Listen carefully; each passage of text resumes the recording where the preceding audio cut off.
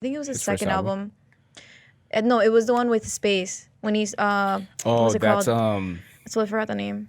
that's one of my favorite ones too. Yeah, because he talks about all about like just everything, like deep stuff, like deep introspective stuff. And there's one song of his, and we're rolling, by the way. So Okay. one thing that I actually stopped doing in the other past podcasts is like I would start with like that fake introduction, like, what's up guys, here today I have, Tanya, whatever. I'll do that in the beginning of the audio, because I've learned something about podcasting. The most successful ones, it's kind of weird how they do it. It's like you would expect that the most popular podcast is one that's like highly produced. It's like very like edited and there's like dope sounds or whatever. But the most popular one is the Joe Rogan Experience, and that's how he starts it off. Like he just talks in the mic after the guest leaves, and then he's like, all right, so this episode I sat down with Tanya, we spoke about whatever, Yeah. and then his actual episode on YouTube is just like them talking. So we were talking about Bobby Tarantino. Yeah. I was thinking, like, should I interrupt and tell her that we're rolling? But No, we can just do eventually that. we'll, Yeah. like, but that's, so basically, Yeah, okay. like you were saying. Yeah, so the album, I forgot what the is name of that the album? album. Let's see.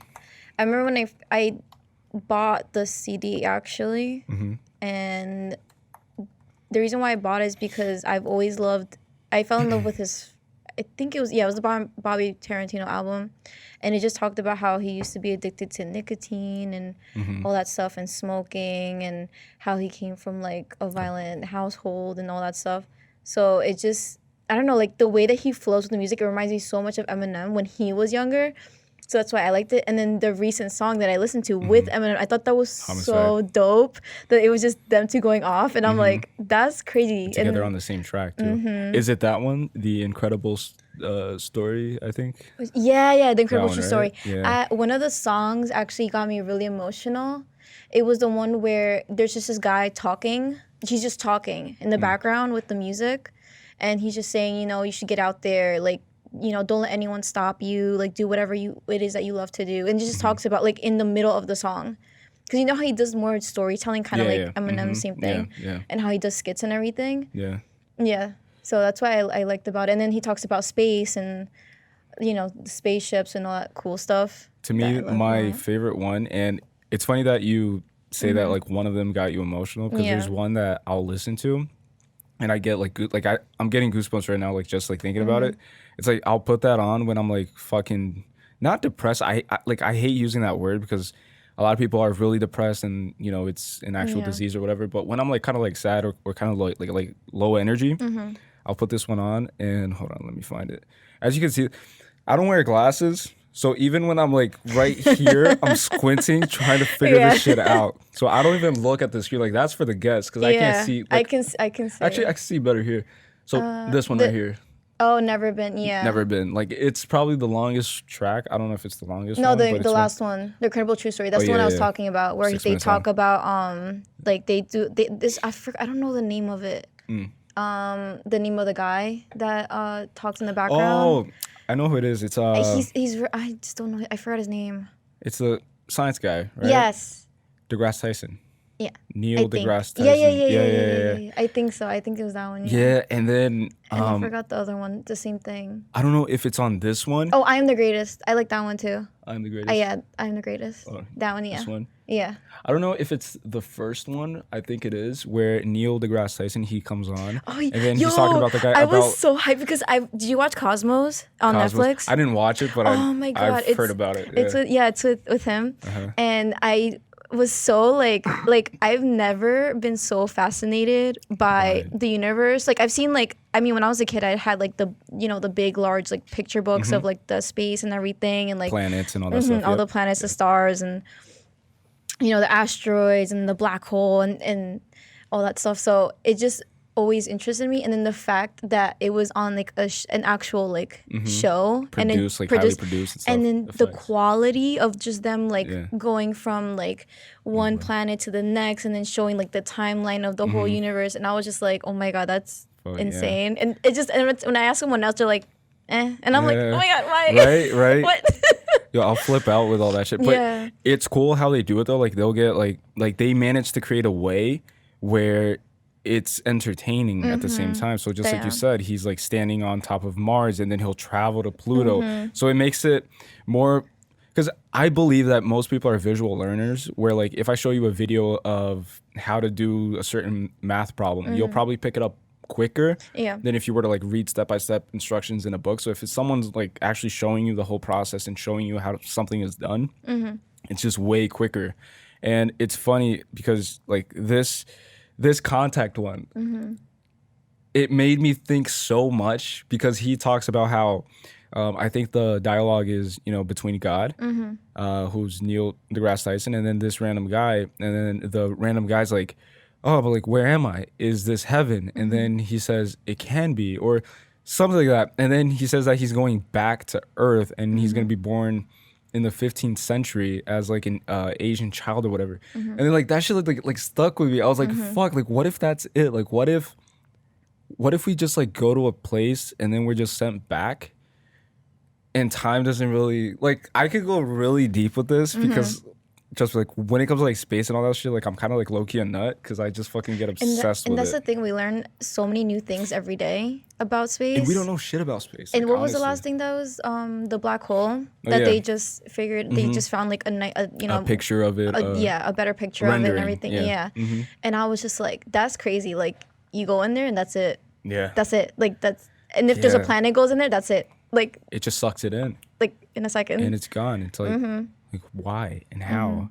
And I don't know if you know this, but I recently found this out. It's like when you look at it, when you're outside and you stare at the sun, you're not seeing the sun in real time. You're seeing the sun 8 minutes ago. Oh, right, because the light years and stuff. So it takes a certain time. So if you go to the sun and you look at Earth, you'll see Earth 8 minutes ago, right? Oh, I didn't think about that. And if you measure the distance, like one sun's distance, and then you like multiply it to like, I don't know, like 1,000 suns distance, and you travel that amount, and then you're like standing or floating in that spot and you look at Earth, you'll see like the French Revolution unfolding because it's just reaching you. So basically time travel. Basically time travel, yeah. And then like, obviously if you have like a very like potent telescope, which doesn't exist, but if you look like from that point, you'll see know. Like fucking like Alexander the Great, French Revolution. It's like it's just had like the dinosaurs are like just roaming the earth, and that shit like blows my mind because it's something that people like, who thinks about that? You know, that's the thing. Like, I mean, not to be all like, I'm not atheist, but it's just hard for me to believe that there's a God and that it created us and it looks just like us. Yeah, I don't believe that. I don't believe that. And I think I told you a while ago where I have seen shows. You ever watch the shows, Aliens? Not Alien. What is it called? I forgot the name of the show. Ancient Aliens. Ancient Aliens. Yes, that one. So it showed like old like artifacts that they found where there's an oval shaped on the top of like the whatever it is that they found, like a picture, I guess. And it just shows a figure, a godly figure that's bigger than the other people. The rest of the people in the frame. Yeah. And it's like, well, and they just look up and they worship it. So one of my theories was, it's gonna sound crazy, but maybe whoever that God was an alien, gave a sample of his DNA to us so that we could create so that we could create things like the pyramids, because how else would have that happened? And then yes, of course we have evolution and you know our brains developed and all that other stuff, and but I mean, how? What if they were the ones that gave us that little push and it's like that genetic push? Or even for like, what if, because again, if you look at like ancient pharaohs in ancient Egypt, you'll see that they all have like this weird formed head, like going highly or whatever. Yeah. It's like it's the weirdest looking people ever. And then like, what if they came, lended us some of their technology, and then to like advance us into like, hey guys, like we're gonna help you. And then we didn't understand anything, so we worship them because like that's a natural instinct. And the only like, proof we have is just those artifacts. Just those paintings and those hieroglyphics or something like that. Yeah. So it's crazy that and that's the thing, like we can only interpret it a certain way because they're still figuring that out. And then of course, but that's the thing, like I don't think that there's a God that looks like us because we invented that. We were the ones that created the Bible. Yeah. So that's why I don't really believe that we have to pray to him, and that, or if it's even a him, or if it's even a girl, alien, or something, you know, like what if it's just like higher an than energy or us. something? Yeah. That's why I do believe in something higher than us, but not not someone that's human like, because it's just hard to believe that. And when I was younger, like especially my grandma was very religious. Yeah. So she's like, like to take care of yourself. Don't do this. Don't do that. You're going to go to hell. And I'm like, but how do you know if hell exists? So I would question her. And she's like, don't talk to me that way. And I'm like, but I'm only asking a question. I'm not saying you're wrong, but how do you know if you're right if you're still alive? Yeah. How does, I mean, it might exist. I might be wrong. Yeah. But then what if you're wrong? Yeah. How do we know? What proof is there? And isn't that like a common response from like people who are extremely dogmatic? Like if you question anything, they'll just cut you off. Yeah. It's like, no, don't say that. Because they're so narrow-minded. Yeah. That's the it's problem. Like, Mom, I'm going to say devil, devil, devil 6 times. And then your mom just flips the fuck out. She's like, oh, like, don't do that or whatever. And she'll kick you out the house. Yeah. But she won't like sit down with you and say like, hey, like nobody actually proved this shit. We just, worship it because it's just something to have. I don't know. Like, I think people do need to have faith. No, of course. In like something. Hope. Yeah. Because otherwise, like we're just. What drives them? Just developed monkeys floating on a rock in space. It's like, what are you gonna believe? Like, what's the motive? Like, why continue living? You know what I mean? So you can go like really deep on that. And one of the reasons why I don't think it exists either, it's like, I don't know if you knew this, but 3/4, I think, of space is composed by dark energy. And basically, like, this goes back to Einstein's whole theory. It's like Einstein used to say that, energy, time, and space are all like one has influence on the other. So it's like dark energy, this thing that we don't even know what the fuck it is, makes up 3/4 of our whole universe. That's a lot. That's a fucking lot. And we don't know what it is. And it influenced, like, that's the reason why the universe is, like, expanding right now. Yeah. So it's, like, expanding. It's always expanding. And so if we can't explain, like, the basics of, like, I don't know, just like, astrophysics or, like, explain, like, the basic foundation to the whole thing, it's just fucking... I'm trying to find the article. Hold on. No, I know what you mean. It's still... We're still learning. So we're still but I like the fact that it's a topic that a lot of people still talk about. Don't think it's like a nerdy thing anymore. You know what I mean? Like back then they would be like, oh, Star Trek, and oh, you're a nerd for like Star thinking Wars that. And stuff. But now it's it's crazy because I think it's important, to be honest, to know about these things, especially the planets. I mean, you can't be so narrow-minded and think that this is it. The Earth is just it. No, everything that happens outside of the Earth reflects on the Earth as well. It affects us. The sun could get closer, we're fucked. And we're just burned. We have we have ozone layers, but like, what if it affects that? Sun flares and all that stuff. What if the ozone layer disappears one day? We're screwed. Yeah, it's like everything. So that's why when people are very... narrow-minded, but also they just think about themselves. They don't think about anything else in the world. It's just selfish. Yeah. Basically. Now, I think that, like, for example, the thought of there being a God and that God looking like us, like having like a hominid, just frame. It's very, again, I feel like, for example, if there is something bigger out there, I don't think we'll ever be able to simulate it.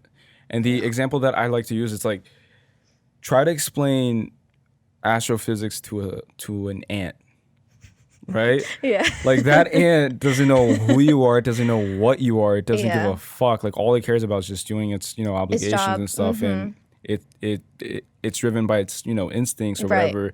And so, like, I view us as being that ant, and then whatever is like bigger, if there is something bigger, it looks at us that way. It's like, oh, like, poor little undeveloped creatures. Like they don't know shit. Like we're just like little stupid ants. I do believe that because you know how many videos I've seen. Now again, it could be exaggerated or someone could have made up the video nowadays because it's so easy to do that with all the technology now. Stuff, yeah. Exactly, than it was back then. But how like, oh, quote unquote, someone's seen Bigfoot. Oh, quote unquote, they saw a UFO. You know, and they recorded it. And I think I saw a video, the last time I saw an actual good quality video was from California. But then again, it could be special effects and it was on social media. So how do you know if it's real? Things, yeah. But the thing was, it could have been true because someone went live during it. And it was a YouTuber that I follow. During the capturing of that video? Yeah, she went live. So she followed it on her phone. So she got it on her phone. She saved the video and then uploaded it. And was going live at the same time. Holy shit! So it was like, okay, you can believe it, but at the same time, like, I know people can make those type of videos and still edit make it look like look like it actually happened. I do believe it just because of our past history and the artifacts that we've had, but it would always show. No, and then also like the Navy or what's other SEALs? Not Navy SEAls. Well, yeah, Marines. I guess they Marines. Yeah, and then also, you know, people that are on just I don't know. They fly their jets here and now and then, and they see UFOs. And then they see stuff. UFO. Oh, they'll say, "Oh, I see a really really bright like craft, cylinder-shaped craft." And then it's like making weird. Zigzags or circles fast, or slow. Right. Yeah. And then it just disappeared. And it's like, well, how can you explain that? Yeah. But then it could also be a lot of government conspiracy, like trying to conspire or they hide their technology or they're just testing it out. That's the other theory that I've also heard. It's funny that you bring that up because I was listening to a podcast today and the host brought something regarding that, like the F1 fighter pilots from the military and stuff. Like, think about it. Like, these guys, they go through such an intense training. They're trusted to fly these multi-million-dollar aircrafts that they don't own, obviously. Like, it's the government. So, like, you have to be extremely qualified to even enter one of those and fly them, right? So, like, what's the motive behind one of these pilots making up a story?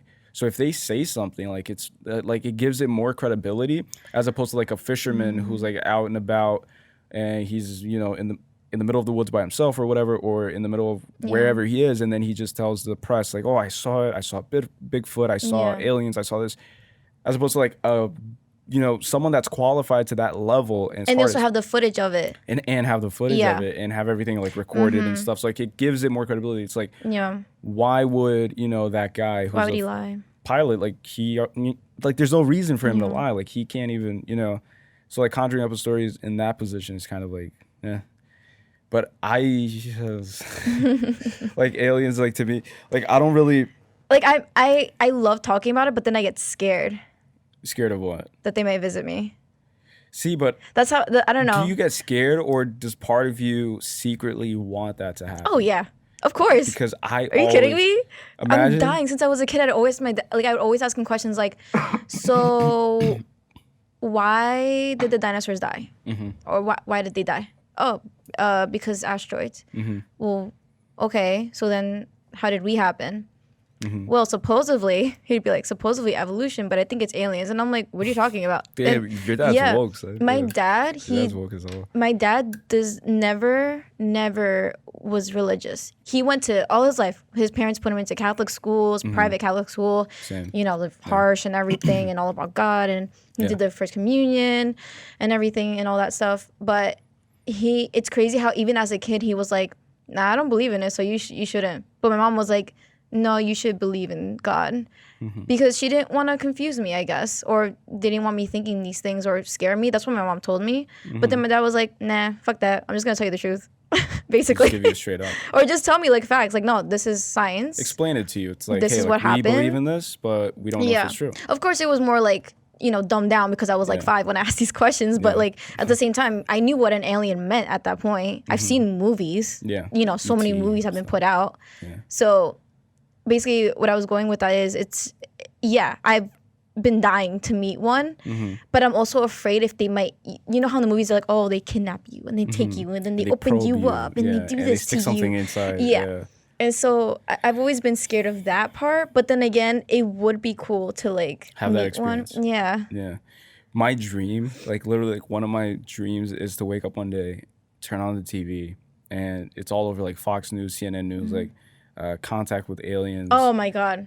Donald Trump is now meeting with one of them at Area 51. Yeah. Something's happening. I'm dying to go to Area 51. Area I know you 51. can't, but like I Yeah.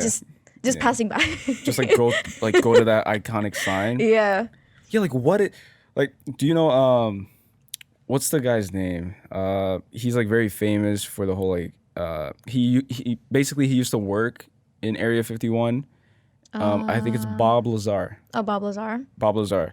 So he kind of like blew the whistle back in the day, like back in I don't know when it was that he came out with this information, but basically he was an insider and he came out, he went on the news, he went on like various stations and stuff, and he tried to, explain to people and say, hey, like the government is working on out of like just advanced technology that we can't really explain yet. And then he was kind of like trying to convince people and try to like prove to them that he wasn't full of shit. And then 30 years later, he went on the Joe Rogan Experience, I think. Yeah, Joe Rogan Experience. And then he like talked more about it. Oh. And if you like, I don't know, but again, it's kind of like, why would a guy lie?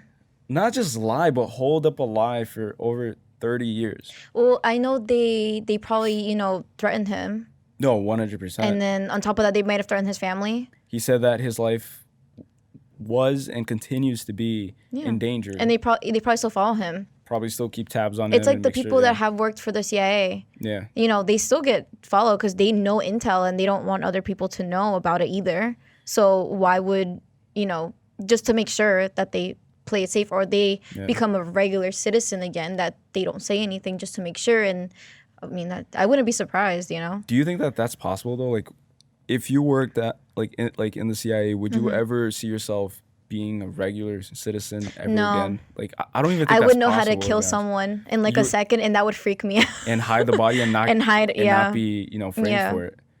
I feel like you would just be like, I don't think there's a way for you to be integrated into society again. I mean there's benefits obviously. So in that part, okay, I know how to protect myself. Yeah. I know how to watch for and they also learn psychological things about how to watch for someone that might try to manipulate you or try to kidnap you or all these other good things from the CIA and also gun work and all the. I mean, it's just. Yeah. My dad was like, "Oh, why don't you join CIA?" I'm like, "Okay, but then I'm not gonna be able to talk to you." That's true. Like, I'm not gonna be able to talk to anyone about anything. A lot of stuff. And I have to pretend like I don't know anything. I mean, I can't hold that. I knowing myself, I can't hold it. Keep a secret. No, I can only keep a couple secrets, but that I don't know. It would probably be like really fascinating to know what you have to do. Mm-hmm. But then also the bad side is you might have to kill someone. Yeah. Are you prepared to kill someone? Just a minor little detail. You might have to kill people. Yeah, that's like in the job description. Mm-hmm. You're like reading it. CIA. I don't know. Like I think about just the whole government thing. Like a friend of mine told me to talk about conspiracy theories, and I try to kind of limit my conspiracy theory talking because I could go on and on about just various different subjects, and it's just always it's pretty bad. But one of my main ones, I guess, is the whole concept of brainwashing. It's not like legitimate brainwashing in a sense where someone's comes in your house and then they dangle something in front of you, and then you go into a psychotic phase or whatever, trance, and then they tell you keywords. It's like, oh, go kill the president, and then you go and kill. No, but those do exist though. They do exist, yeah. And I forgot the name, but I think it's called something. Is it more with sounds? And also people they do weird. They do that too. And sounds, and it's supposed to Yeah. I've heard. What's the thing called? Because like you said, they don't do that anymore. Like the whole. No. If you look here. Now it's way more advanced now. Yeah. And there's even psychological priming too that goes on. Like have you ever seen those cartoons that imply that the Twin Towers already were destroyed? Yeah. Like you'll they set watch up bombs inside. so that they went off at a certain time as soon as the it was an inside airplane. job. Yeah. But have you seen, like, for example, that was in 2001, right?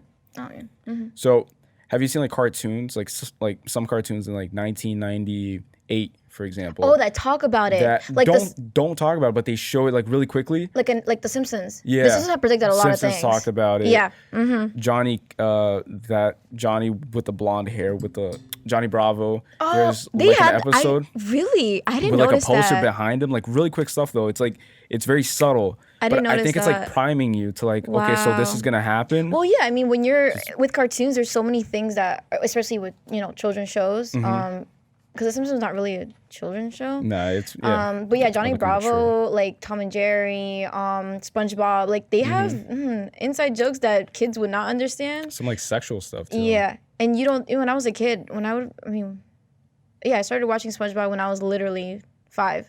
That's when it first came out, 1999. I was 5 years old, and I didn't know these jokes. Like I didn't understand any of them. And now when I watch back, I'm like, whoa, Wow, like that's deep. I understand it now. Like what? As an adult. Yeah, and it's like adult jokes, things Yeah, that like heavy stuff, and some things are it even could be like implied too. depression, suicidal Yep. things, sexual things. Like yeah.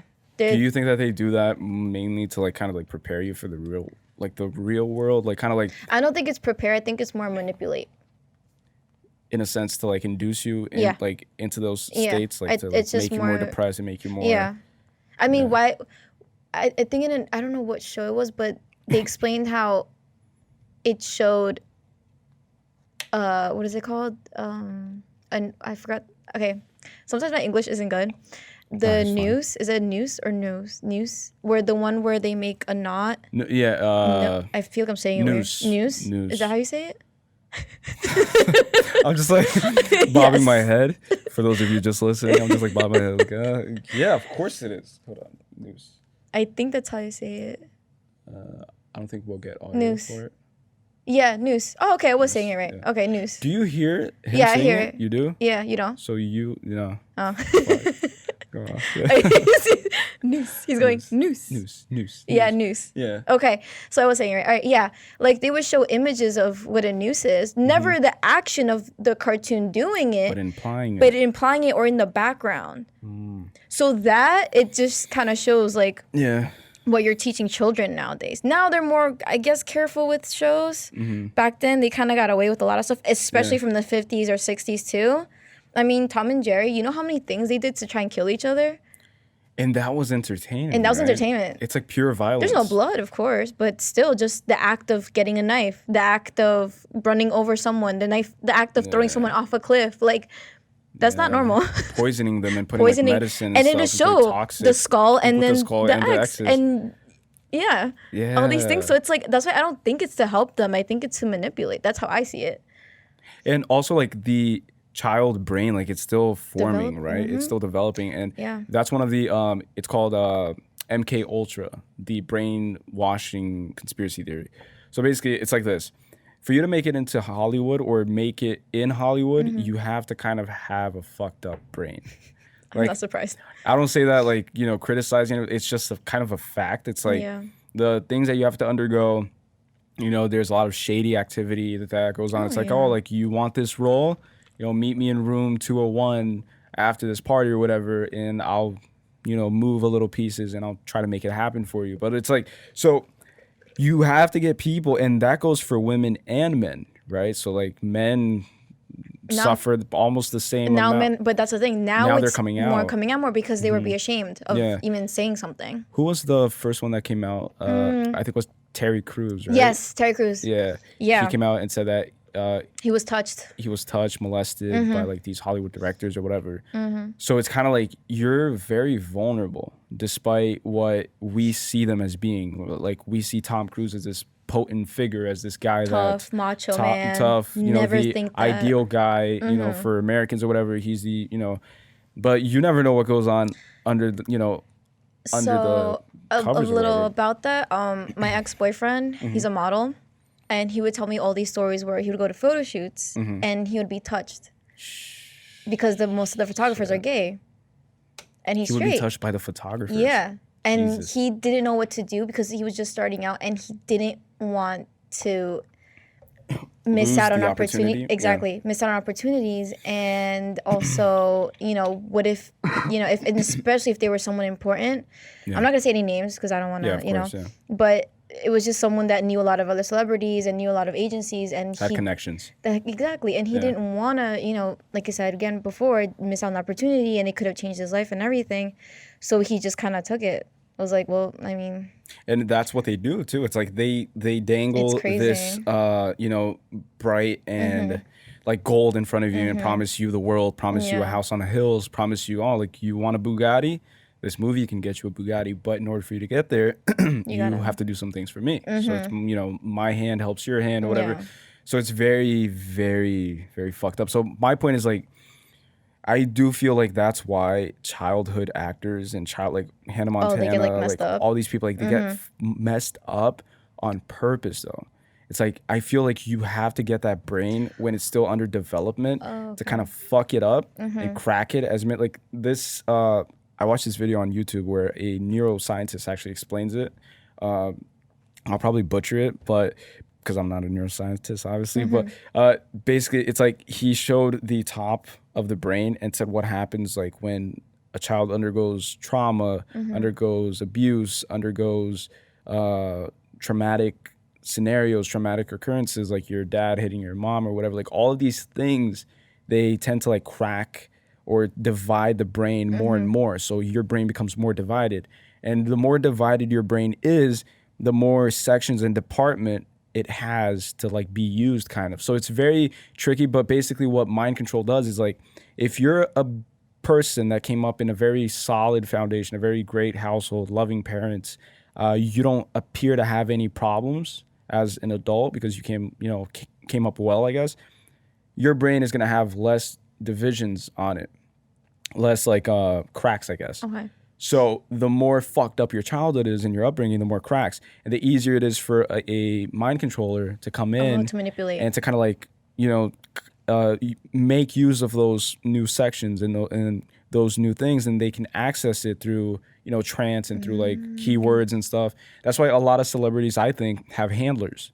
Handlers are supposed to be people that tell them where they need to go, that always accompany them, and like any celebrity you see, like, they always have, like, a bodyguard. Yeah. And that bodyguard generally is also, like, doubles as their handler as well. But if they don't have, if he's not a handler, like, they'll have another person that's always like close to them. Yeah.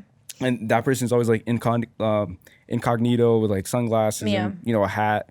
But basically, like, that person, like, whispers in their ear certain keywords to, like, kind of, like, activate them or some shit. And I've seen videos, like, we can pull it up. Yeah. I've seen videos of, like, Katy Perry, for example. Like, she's about to perform. Oh, really? And then, like, I've she's never like, noticed that, to she's, be like, honest. in trance. Like she's literally robotic. And then I think somebody says, like, Something. keywords in her ear. And she just, and then she just gives off the creepiest smile and just oh my God, goes off into stage. That's like, crazy. Dude, like, oh my God, watch. Wait, I want to see now. I'm kind of curious. So, oh, I see in the corner, I see Jim Carrey. Oh my God. Jim Carrey. I freaking love him. The GOAT to me. Like, that guy is woke. If I ever meet him, I will die. You will die? Yeah, I will like, die. Literally die just because. Like, I pass out. He's like, I love him. Yeah, he's smart as fuck. MK Ultra. I'll put, like, Katy Perry and see what pops up. But watch. Yeah. That one? I think it was this one. Actually, there was one where she just started having a convulsion, like, in the middle of her performance. And then, like, people had to, like, drag her off of the stage or something. But I think that's probably drug related. But there is one where, this one, look, watch. Oh. She's like, I don't know, like, I think it was this video. Like she's just, and then out of nowhere, it's just, like, activated. It's like, but I don't know. Like, this could be, like, far-fetched, as in, like, she's, like, concentrated. I mean, it could be also just a performance thing. She's, like, waiting like, for the ready. Instruments and stuff. And then they just start to perform. Yeah. It could be, like, an acting thing, too. Yeah. I mean, it could be that as well. I see, but that's the problem with fucking conspiracy theories in general. It's, like, a lot of them, you can tell that it's kind of stretched out. Yeah. Like, it's kind of like that little brief moment of her just like, because it could have been just waiting It could, for yeah. the song to Preparing start. yourself mentally, And motivating then, yourself. yeah, and then anything just along those lines. like, okay, this is how I'm gonna act. Because it's a performance. Yeah. You know, maybe when she made the song in the studio, she wasn't like, you know, she could have just been like, all right, this is my song. Like, I'm just going to sing it. Like, this is how I'm feeling. Mm-hmm. But there was no camera or, you know, she wasn't on stage. So for this, right, like and people paid to see her. So obviously there's going to be choreography, how to act, how to perform. Because it's a show in the end. Yeah, I mean, it could be that. It but probably is that, to be honest. Yeah. See, I don't know, though. It's funny because I saw this video a few months back, and now I'm revisiting it. And as soon as I saw it, I was kind of like, I kind of regretted pulling it up. I'm like, oh, like, I can't believe this is what I thought. Yeah. And that's weird because, like, I guess like, the first time I saw it, I guess I was, like, in a certain mindset or in a certain state of mind. And then I saw something and I was like, oh, like, this is definitely mind control or whatever. Yeah. But now that I see it again, it's like, that's just her preparing me for the fucking I mean, you never know. Honestly, you never know. It could be Yeah. someone in your ear, too, like you said before. Like, someone being just, like, giving all her right. keywords or whatever. Like, yeah. Any of those things. Yeah, that's why sometimes conspiracy theories, I mean, again, you choose to believe which one you want, basically. Yeah. I mean, there's a lot of things, what's his name? Shane Dawson. Shane Dawson, yeah. Mm-hmm. That was the one that I saw about the cartoons. Okay. That episode, About that was the like sexual stuff. Yes. Lion King with the sex written. Yeah. that one. I've actually noticed that too. When you watched it? No. Well, now, yeah, not when I was a kid. Yeah. Okay. Yeah. Yeah. But I didn't know that they would just like kind of flash it Flash in it there. in front of you. Yeah. Like quick second. Yeah. And all it takes is that. All it takes is that for your brain to like pick it up and stuff. Yeah. And now it kind of makes sense now, but at the time, and also with speaking of cartoons, a lot of Disney movies that I've seen too, it's kind of sad because it kind of helped me believe romance to be a certain way, and it's not real. It idealizes it. And it's not. Yeah. Because then I remember in high school, I had my first boyfriend and he cheated on me. And I'm like, all right, this is not what's supposed to happen. This isn't part of the Disney movies I watched. What? Like, what part of the movie does the guy cheat on I her? waited. I waited all high school. Sleeping in the bed, And- Sleeping Beauty or whatever. and I now- went in the castle. And this is, what? Like, Like, how does this work?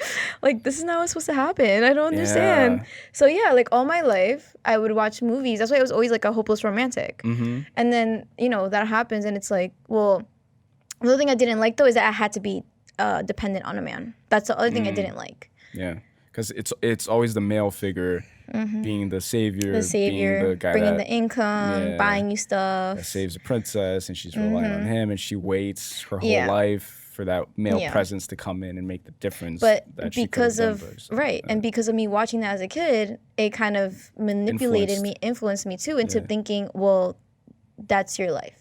That's just how things are. That's how you're supposed to be. Yeah. And now I like the fact that movies like Frozen, the main character are two women. Yeah, and I was about to bring up that other one where she has like a red hair. She Enchanted, I think it's called. Enchanted. Let me bring. Is it that up. the one where they come in real life? No. That's the only one I'm thinking. Enchanted? I think it's Enchanted. Is it? Yeah, that's the one that she comes in real life. No, that's not the one I want. Yeah, I know. I know my movies. You're like Enchanted. No, That's the one that comes in real life. It's a red-haired Tangled. Oh, Tangled. Tangled, where she's like the bow and arrow girl. Yeah, so like that. Oh, she cuts her hair. I think she cuts her hair That's when too. it becomes a regular. Yeah, because it's blonde. It's and magical gold. or Yeah, something it's like gold and magical. Yeah, when she cuts it or something, I forgot what happens, but she cuts it like to a certain length, and it just becomes a normal hair. red, I guess red or brown hair. Yeah.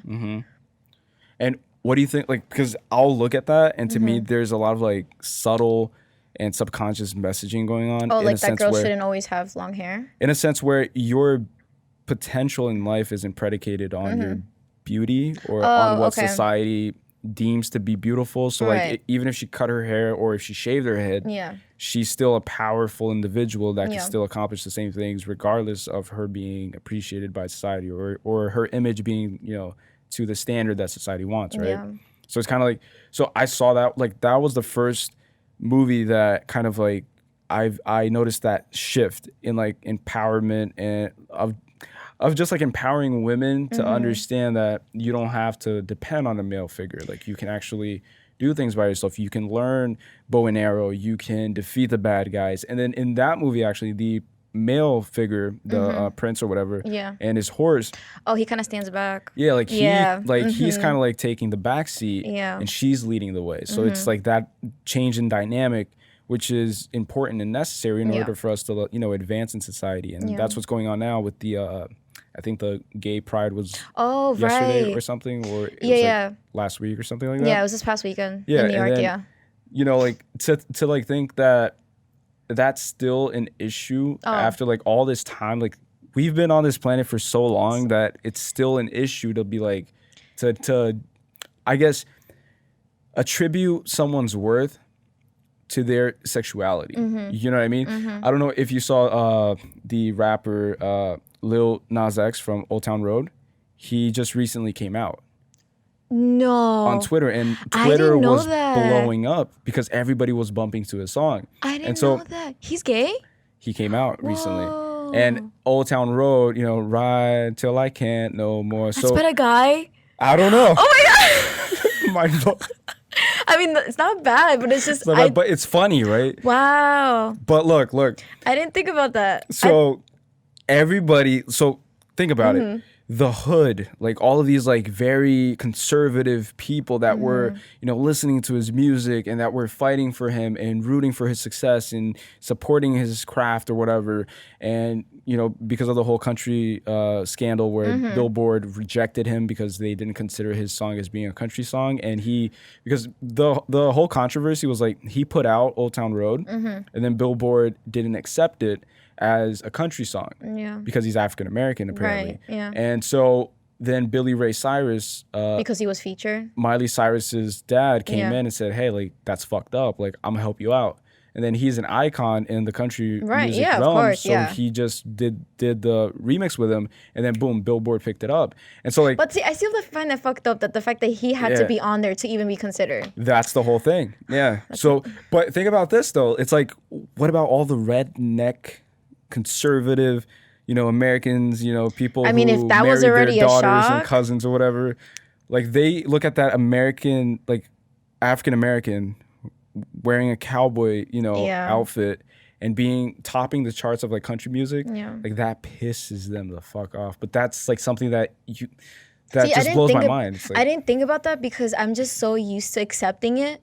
So that's why I didn't come from like that point of view or seeing that point of view as like you mean that would from rednecks being controversial about the picture. I honestly didn't think about it just because I mean this is again being more open-minded than them, but it's just I didn't think it was an issue. It's not normal or the usual thing for an African American, especially that like raps, to put out a country song, but people have done it. I mean, Lil Wayne I think did one. Rock songs or stuff. Rock songs, stuff like that. Not so much country, but rock songs and stuff like that. But I mean, I just didn't really think about it as them being angry. Yeah. I thought about it as people seeing it, that's weird, but like it sounds cool. And now it's just so popular. But no, I didn't think that was such a big deal. And now the fact that he came out, I mean, I can only imagine that makes it worse, I guess, for them to view it as. But not just for them now. Now it's like everybody. Now it's everyone. So now it's on both the hip hop side and the country side.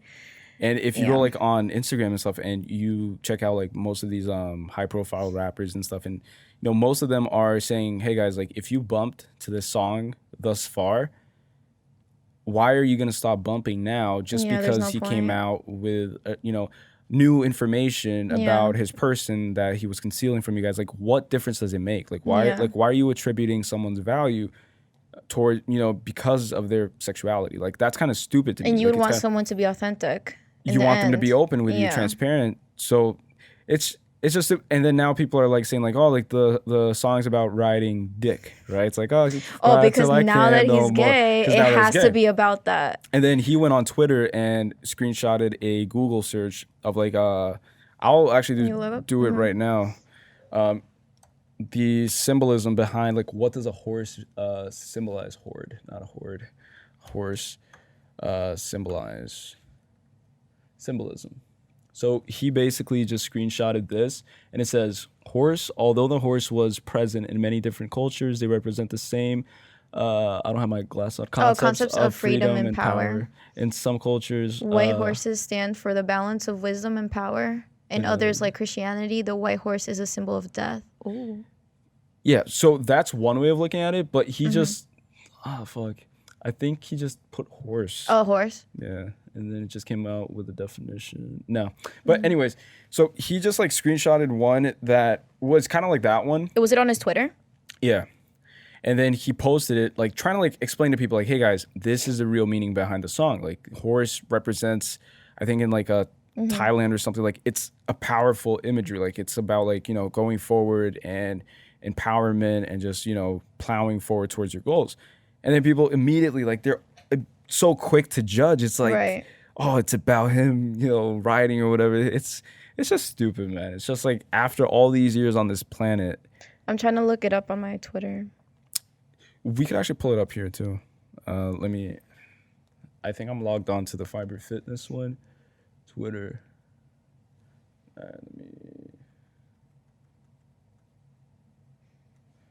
All right. Lil Nas X. He posts a lot. So I'm like, do you know when he did this? Yeah, he probably did it like he did it I guess he's posting a lot, yeah. Yeah, I found it. Yeah. Oh, you got it. No fucking wait. No, the other one down. Keep going down. It's like a day ago. Keep going. Keep going. Keep going past this once it loads. Is it? No. Keep going, yeah. Keep going. Oh, yeah. Past. I think it's closed. Yeah, it's coming close. Keep going. I love it. It's after this one. There we go. Okay, yeah, there. What does... Oh, okay, yeah. So his freedom. Mm-hmm. So, yeah, so like that symbolism towards him like coming Which out, makes though. sense. Yeah. So he put it... But then people are quick to like interpret it as like very like primal sexual stuff. It's like, oh, horse. People always want to make it about, you know, the bad thing about a person. Why do you think that is? Because like that applies to... Because they're jealous. It's jealousy.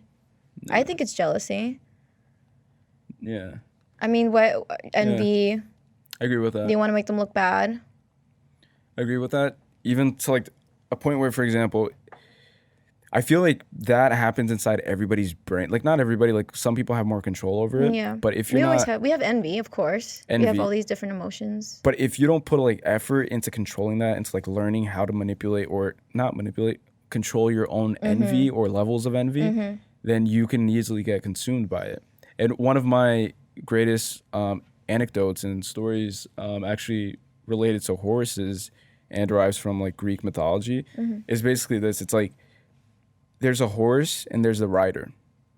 The horse symbolizes emotion and the heart, I guess. And then the rider symbolizes rational thinking and the brain. One cannot live without the other because a rider without a horse has no power. Like he has no, power to go where he wants to go, and he needs that, like he needs power to move and to go the distance. And then the horse will eventually become wild and uncontrollable and untamed without the rider, and then the horse will just wander and get eaten by predators and it'll die by itself. So it's kind of like one needs the other.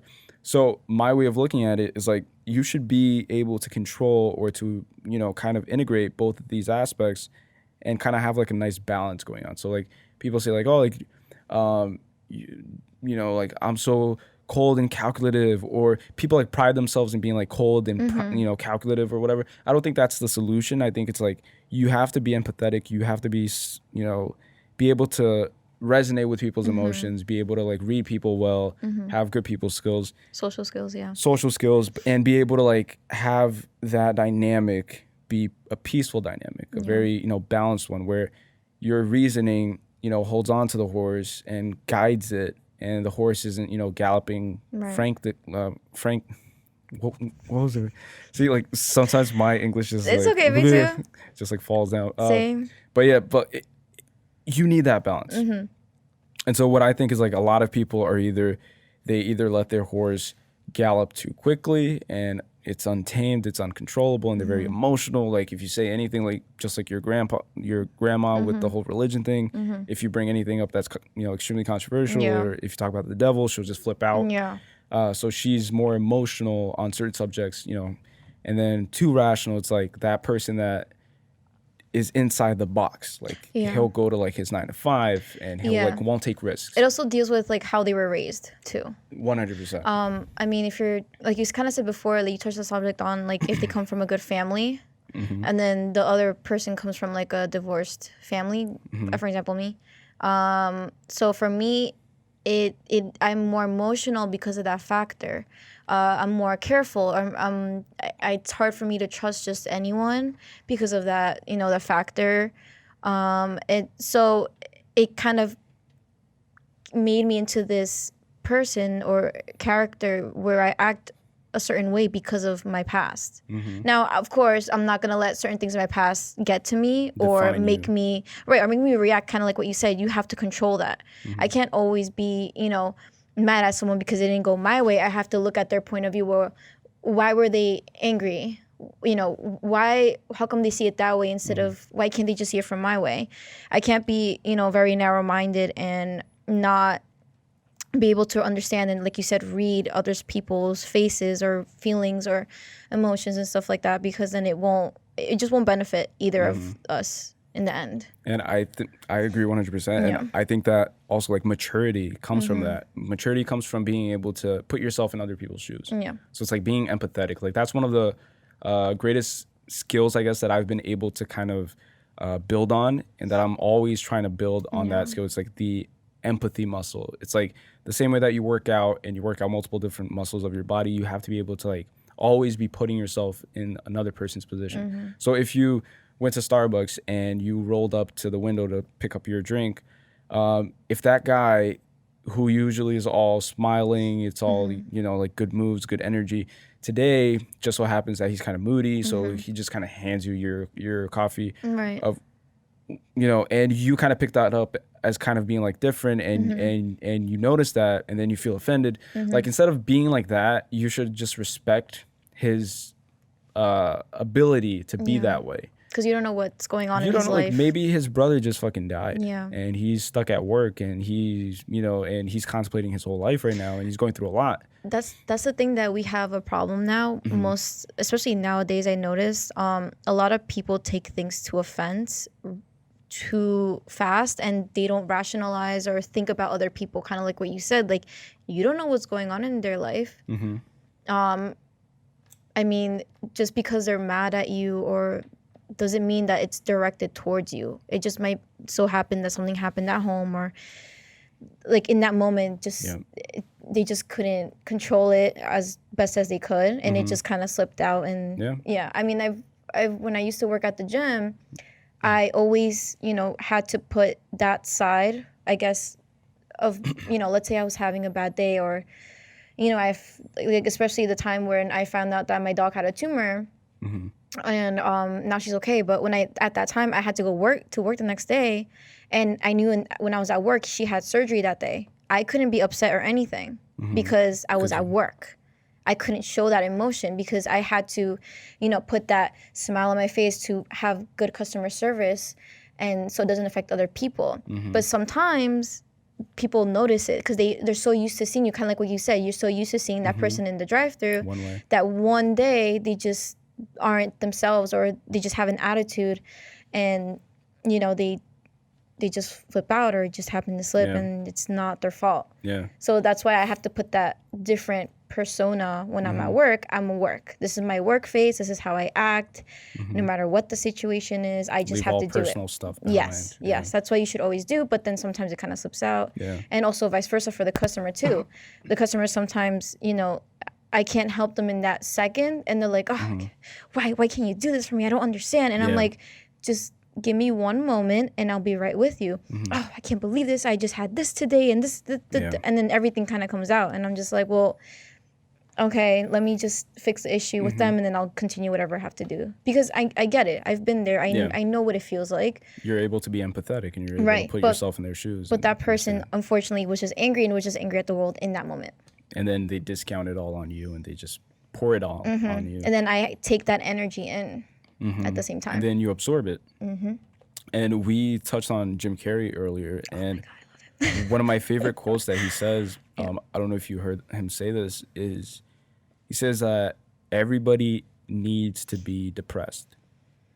And his way of looking at depression, like the word depressed, is deep rest from the person that you're trying to be. I did So see like that quote. that quote stuck with me. Yeah. I was like, fuck, like that's so true though. Just like you said, like you put on a persona, you put on this facade, you put on this play, I this feel show. like it kind of eats you alive at one point. It does. Yeah. It gets to a point where you break. And then I feel like that's where people commit suicide and people get into these very, for example, like you'll hear, news about someone that, currently killed himself. And then, that person is being all, just like always smiling, always charismatic. Like that person was always, always had a smile on his face. Like he was whatever.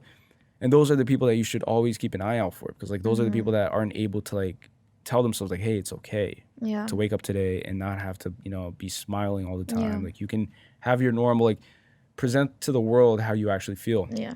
And it's good to let your emotions out too. It's good. It's not good to hold it in because you're holding in that energy. Yep. That's how I see it. No, and you allow those around you to do the same. So like, I'll see Tanya, acting a certain way, and then that subconsciously reassures myself. It's like, oh, it is okay to be human. It is okay to, have issues and have troubles and bad days. have bad days, and just like understand why you have those bad days and understand the, necessity of, just pouring it out rather than let it bottle in and then you eventually do something that you can't really reverse back. I mean, I recently had to get off of social media. I think I told you I deactivated my account for 2 days because every single day I would just be like smiling, and then I'd be upset.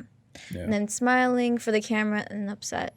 And I'm like, why am I doing this? Like, I'm still upset. No matter how I try to be happy, I'm still upset. And I'm not letting myself rest.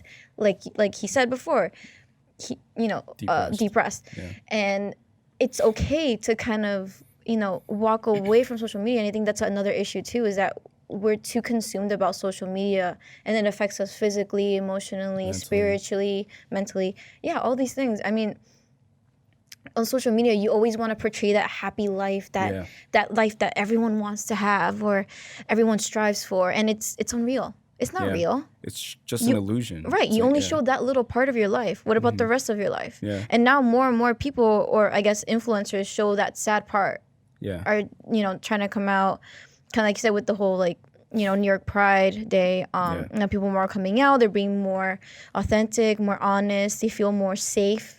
Now that everyone is, kind of doing the same thing. Yes, basically. So it's kind of like doing something and then showing other people, allowing them to do the same thing. It's like, hey, like I'm doing it, so I'm empowering you to do the same thing. Inspiring others, Yeah. But the whole social media thing, that for sure, it's funny you say that. I've been kind of like on top of the fence with the whole social media thing because it's kind of like, for example, with this podcast, I have to promote it. Yeah. I have to go on. I have to, reach out to people, have guests on. I have to promote it. I have to do all these things to get the, show up and running and to make it a success. But the real me, like the real, the real Callie, like just wants to turn everything off and just focus. It's like, I don't like social media gives me nothing. Yeah.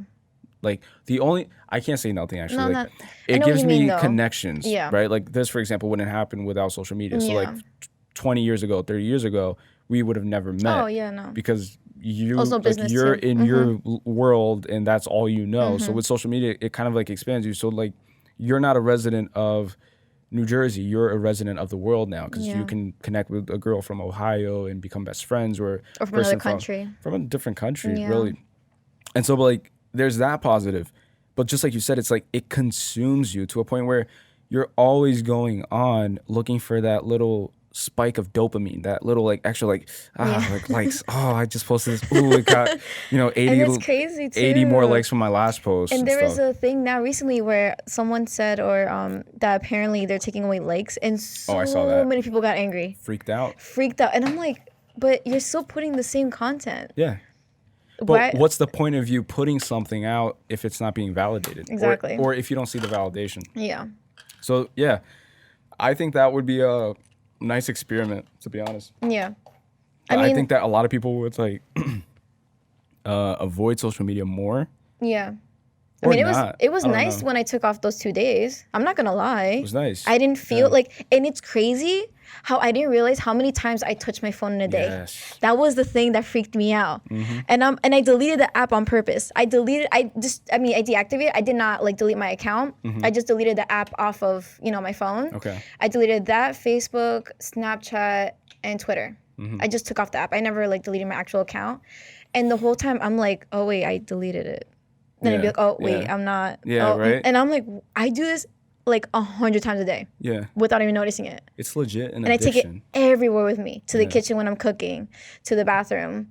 Oh, I put music on when I'm about to shower. In bed, when I wake up, it's the first thing I see. Notifications. Oh, someone sent me a Snapchat and everything. And I'm like, yo, I didn't realize how much social media has consumed my life. Until you take that step Until back I take it and off. you look at it objectively and you're like, honestly, it was nice. For those 2 days, Yeah. I did not feel pressured to put a nice picture or to even put a story up or how I even looked like in that day or just or like that just persona that I had to put on that day because I was just so sad. And it was nice. I mean, I could just relax, play with my dog, and just kind of take out my present in the moment. Yeah, that too. Yeah. I because like literally my dog would be next to me and I'd just be like this.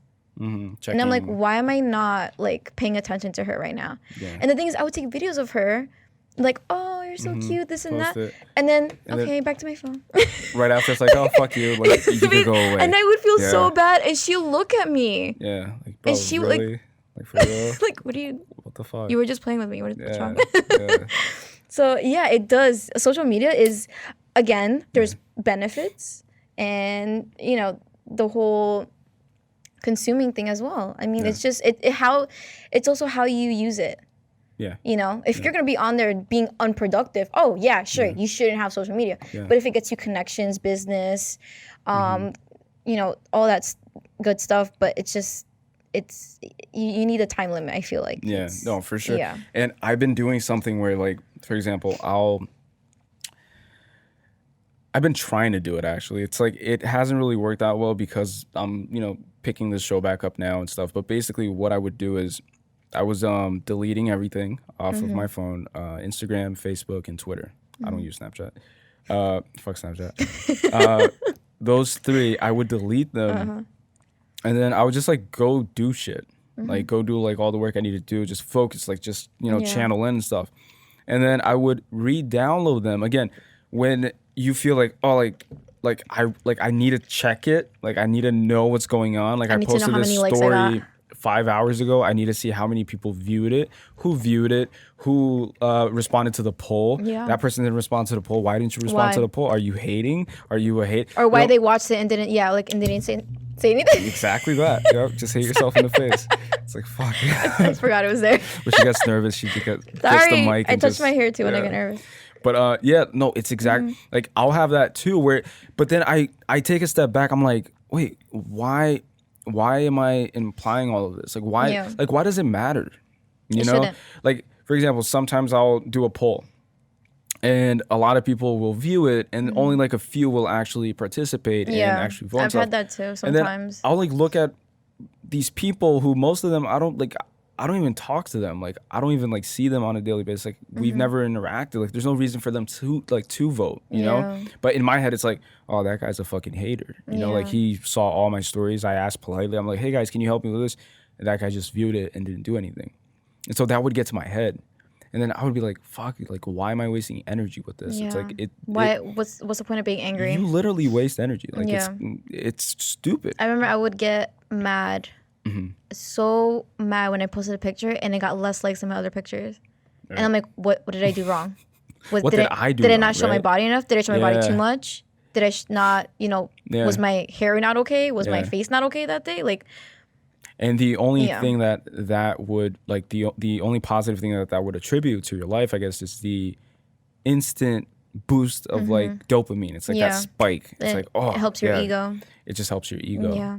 But after that rush of dopamine, you're back to where you were before, or even lower because it does that deep dive. It's like, oh, I posted that picture. Now I have to think about the next picture. I mean, nowadays, social media, a lot of people compare themselves to other people, and it's bad. 100%. It's really bad. I mean, I've done it a couple of times. I'm not going to lie. No, I've done it. Of course, yeah. you know, and it comes down to, of course, how you look.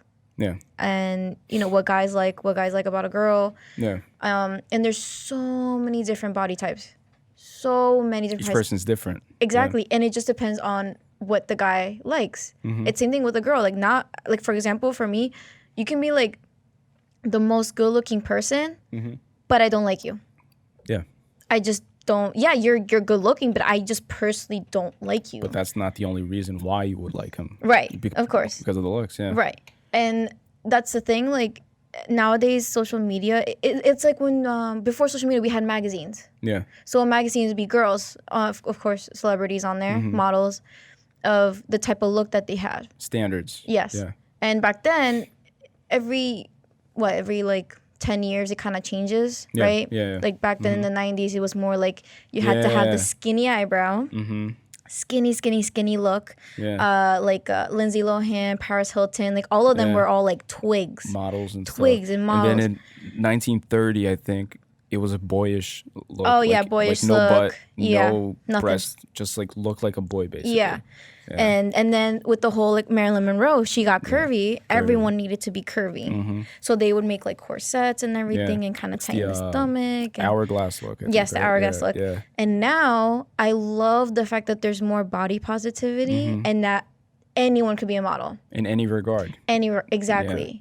Of course, they're looking for a certain look for whatever brand that they're putting out. But the fact that there's more inclusion. Yeah, 100%. Nowadays. But, you know, when I was younger, it was, you had to be this. No, you couldn't wear that because you look a boy. No, you had to do this. That's standard, yeah. You had to wear makeup. Yeah, and even Nike right now, like they have mannequins, extra size, like extra large mannequins now for people who are overweight. Who are wanting to get, you know, fit. So they're selling active apparel and they're pushing it to kind of like show people who are overweight about like.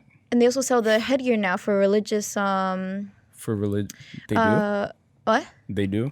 Yeah, the what are they called? For the Jewish people? Not Jewish. Oh, for I forgot what it's called. The thing. Muslims. Yes. Okay. Yes, for the women. Really? How they wear. Yeah, there was this one girl. She's like an all-time. She fences. I don't know her name. You probably look her up. And she was in I think a Nike. Yeah, hijab. There you go. Okay, Nike. Hijab. Yeah. Hijab. I mean, let's Google this and see. Yes. See. Oh wow. Yeah, and I thought that was so cool because I didn't know about they're this. showing more. You know that how women don't have to show their hair. Or they can be more conservative. Like they can continue to have their normal lifestyle own ideologies and not, for example, sacrifice or make pivots where it's not make them necessary. uncomfortable. Exactly. Yeah. That's dope. I thought that was so cool when I saw that commercial. I'm like, wow, like that. It just back then that would have never happened. Never happened. Never happened. Oh, she's a skater. Oh. I thought it was a fence. Oh no, yeah, it is a fencer. She's probably the one on the fencer, right. and yeah, she's a skater. Yeah. That's I don't know. I just found that was so cool, and it just made me feel just better about society a little bit. Yeah. You know, nowadays, Yeah. and especially when it comes to women in sports as well. It's back then, you know, they would never talk about how they played. It was always who are they dating? Yeah. Do you have kids? Why are you wearing that? Yeah. Have you gained weight? Oh, we saw that your skirt lifted when you were playing tennis. Yeah. Was that embarrassing? Volleyball, bikini volleyball. So like that was kind of invented or mainstream just to make it more entertaining for the people. It's right. Like, make it more sexualized. Yeah. And it's funny that you say that too. It's like, do you know Fear Factor? Yeah. So that was hosted by Joe Rogan. And I remember watching the first episodes. Every single time there was a aquatic challenge, like in the water that involved, water or whatever, you would obviously have to strip down into your bikini and into your, swimming trunks, right? And I noticed a certain trend. It was like every single time that a white woman would strip down to her bikini, the camera would like Zoom in. turn to her and like show her doing it, right? But it was very quick and subtle, Yeah. but it would always do that. And if there was an African American woman stripping down, they wouldn't show her stripping down.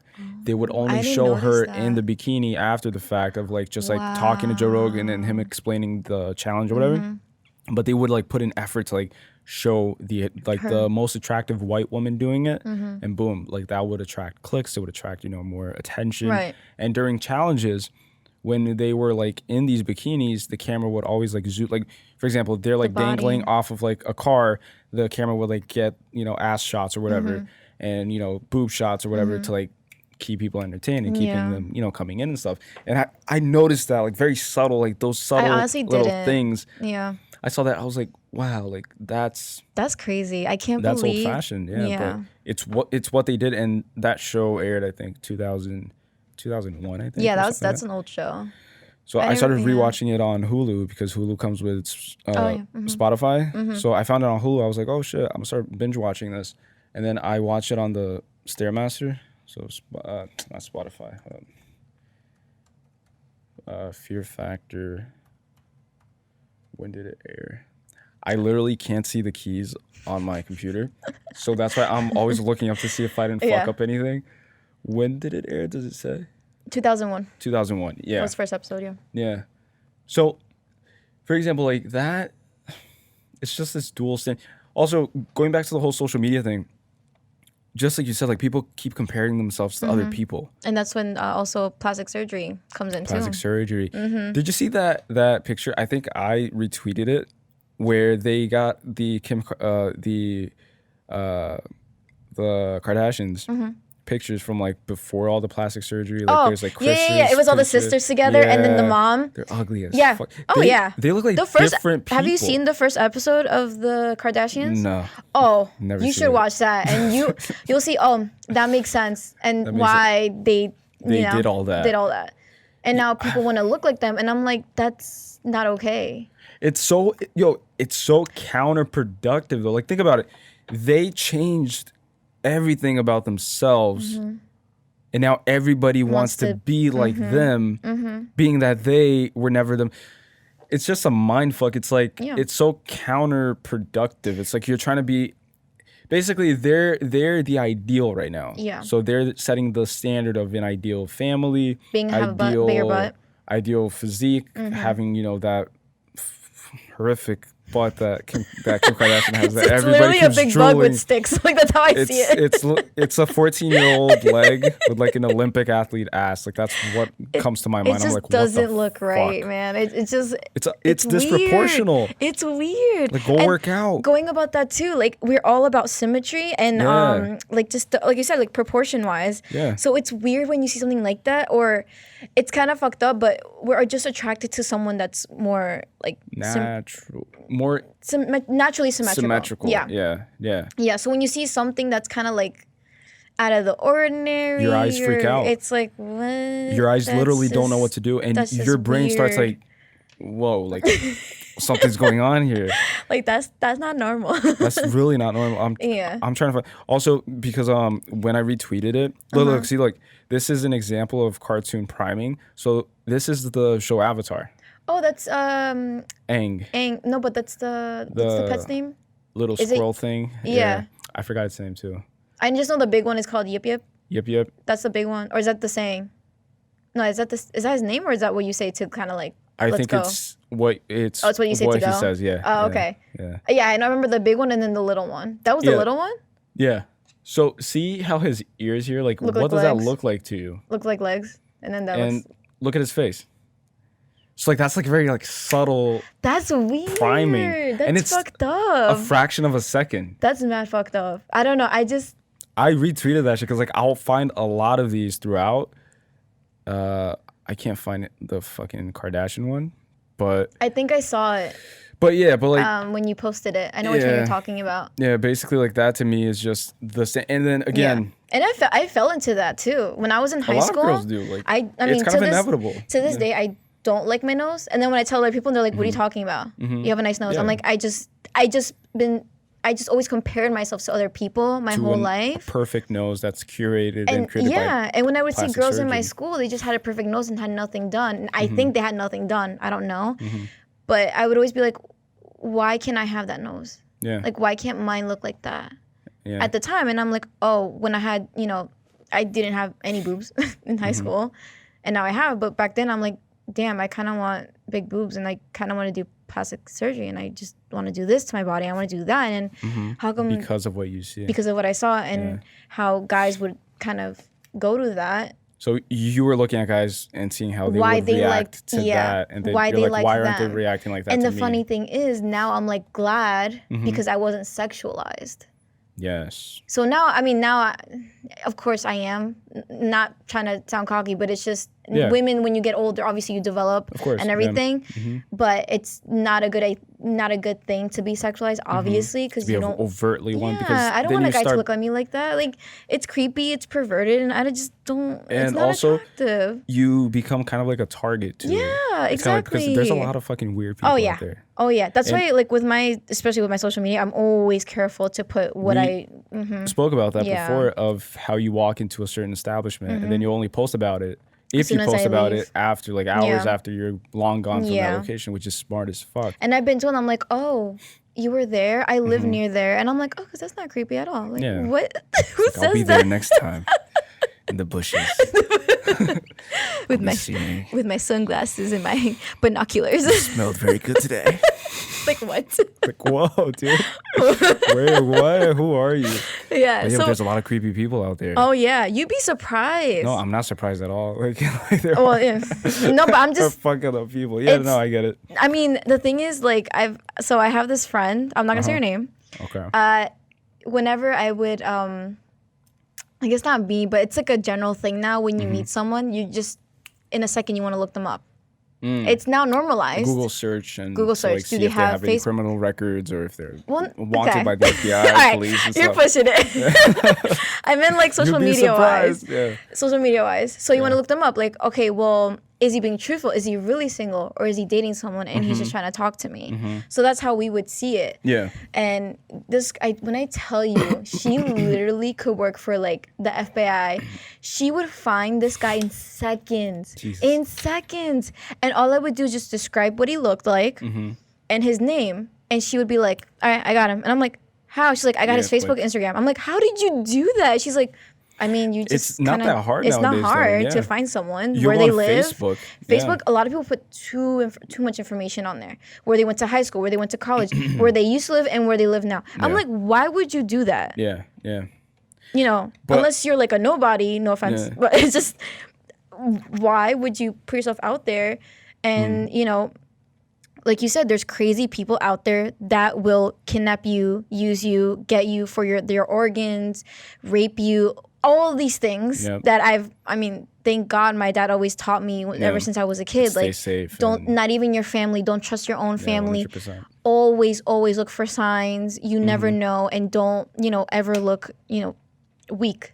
Yeah. That's what he always told me. When you're walking outside, don't look weak. Always seem like someone who can scream at any moment. Don't be afraid. Always be loud. Yeah. Always be because they tend to prey on the shy girl that's introspect, that just keeps to herself and stuff. Like, she's an easy prey. Yeah, and I had to learn too. And I remember I was walking one time outside of a supermarket, and this is and it was in broad daylight too. It wasn't even dark out. It could happen at any time. And anytime. That's what's scarier. And I'm just walking, and I'm jiggling my keys, whatever. I mean, I always have my keys just because I'm always prepared. And my dad always told me, always have your keys so that when you get in the car, you get in the car quick, and to stab someone. Yeah.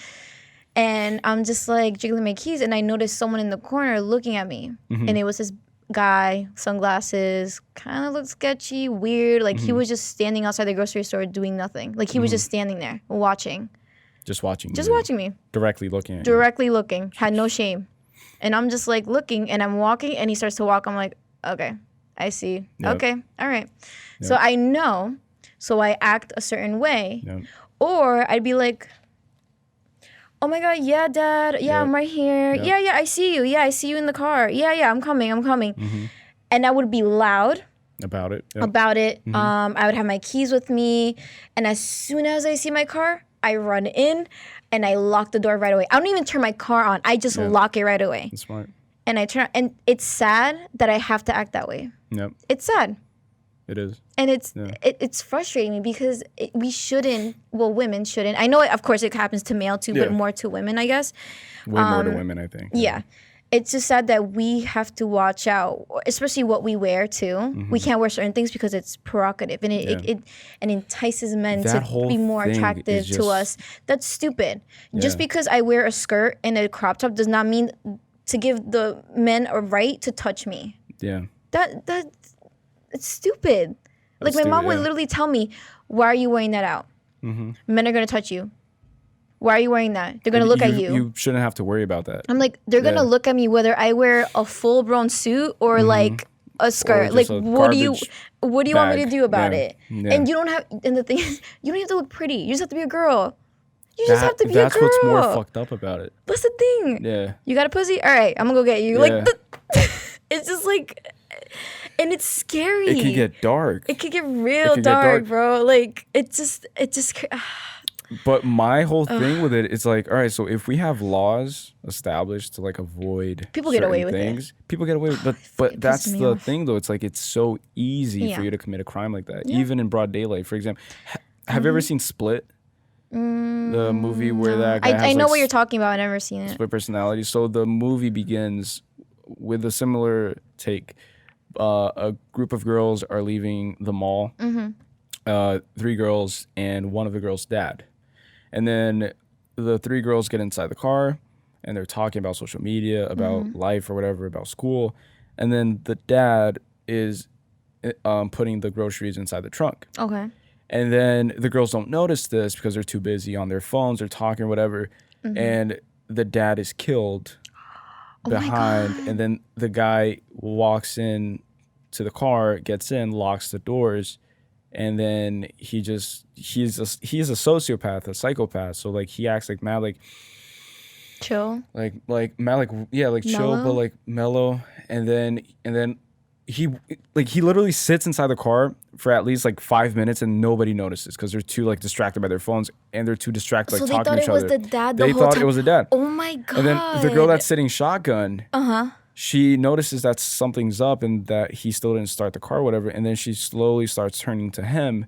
And then he just reaches back to just looks back to the back seat. And then he just sprays them with like shit that makes them like pass out. And then he sprays the girl next to him. And then they all wake up in like this dungeon or whatever. Oh my God, no, that scares me. So like broad daylight. Oh, no. The girls, that's it. And you thought you were protected by your dad too. That's it. You thought that you were with your friends. Yeah. You were in a group, right? My dad always told me that too. He's like, it doesn't matter if I'm with you. Something can always happen to you. Doesn't matter. If someone has a gun, all 10 of you will do what that person says. Yeah. So it's kind of like that's because you don't want to risk it. That's where we get to. It's like if that person with a gun tells everybody to get down or he'll shoot Emily and everybody's friends with Emily, everybody's going to obey. Yeah. You know, so all it takes is just one person to be a victim. So like shit like that makes me think, I'm like, fuck, like that's the reality that we live in. And especially now when you want to be an influencer too, with the whole back to social media thing, you have to be extra careful. Yeah. Extra careful. That's why a lot of these... And now influencers, now it's weird, but they're starting to get bodyguards now. And it's more secure. Are they really? Yeah. No. Oh, yeah. Especially when they have meetings. You know, like meetups. In like public spaces. In public spaces, yeah, of course. But I mean, I know some influencers show their houses. That was the other issue that they had. A lot of YouTubers, especially... they had random people coming up to their houses because they showed where they live. House tours, like, hey guys, I just bought this new house. Yeah. Here's a tour of my studio or whatever. And they had, I remember, I don't know if you watch Jenna Marble. I've heard that. You heard her? Yeah. So she's the one, she's made so many creative, funny videos, and she has 3 dogs now. Well, actually 4, I should say. So basically, she started living with this guy. I think they've been together for like 5 years now, 5 or 6 years. And when they first got their house together, they didn't think about people coming up to their house, because they would show, when they were walking their dogs, they would show what street they were on or what park they went to.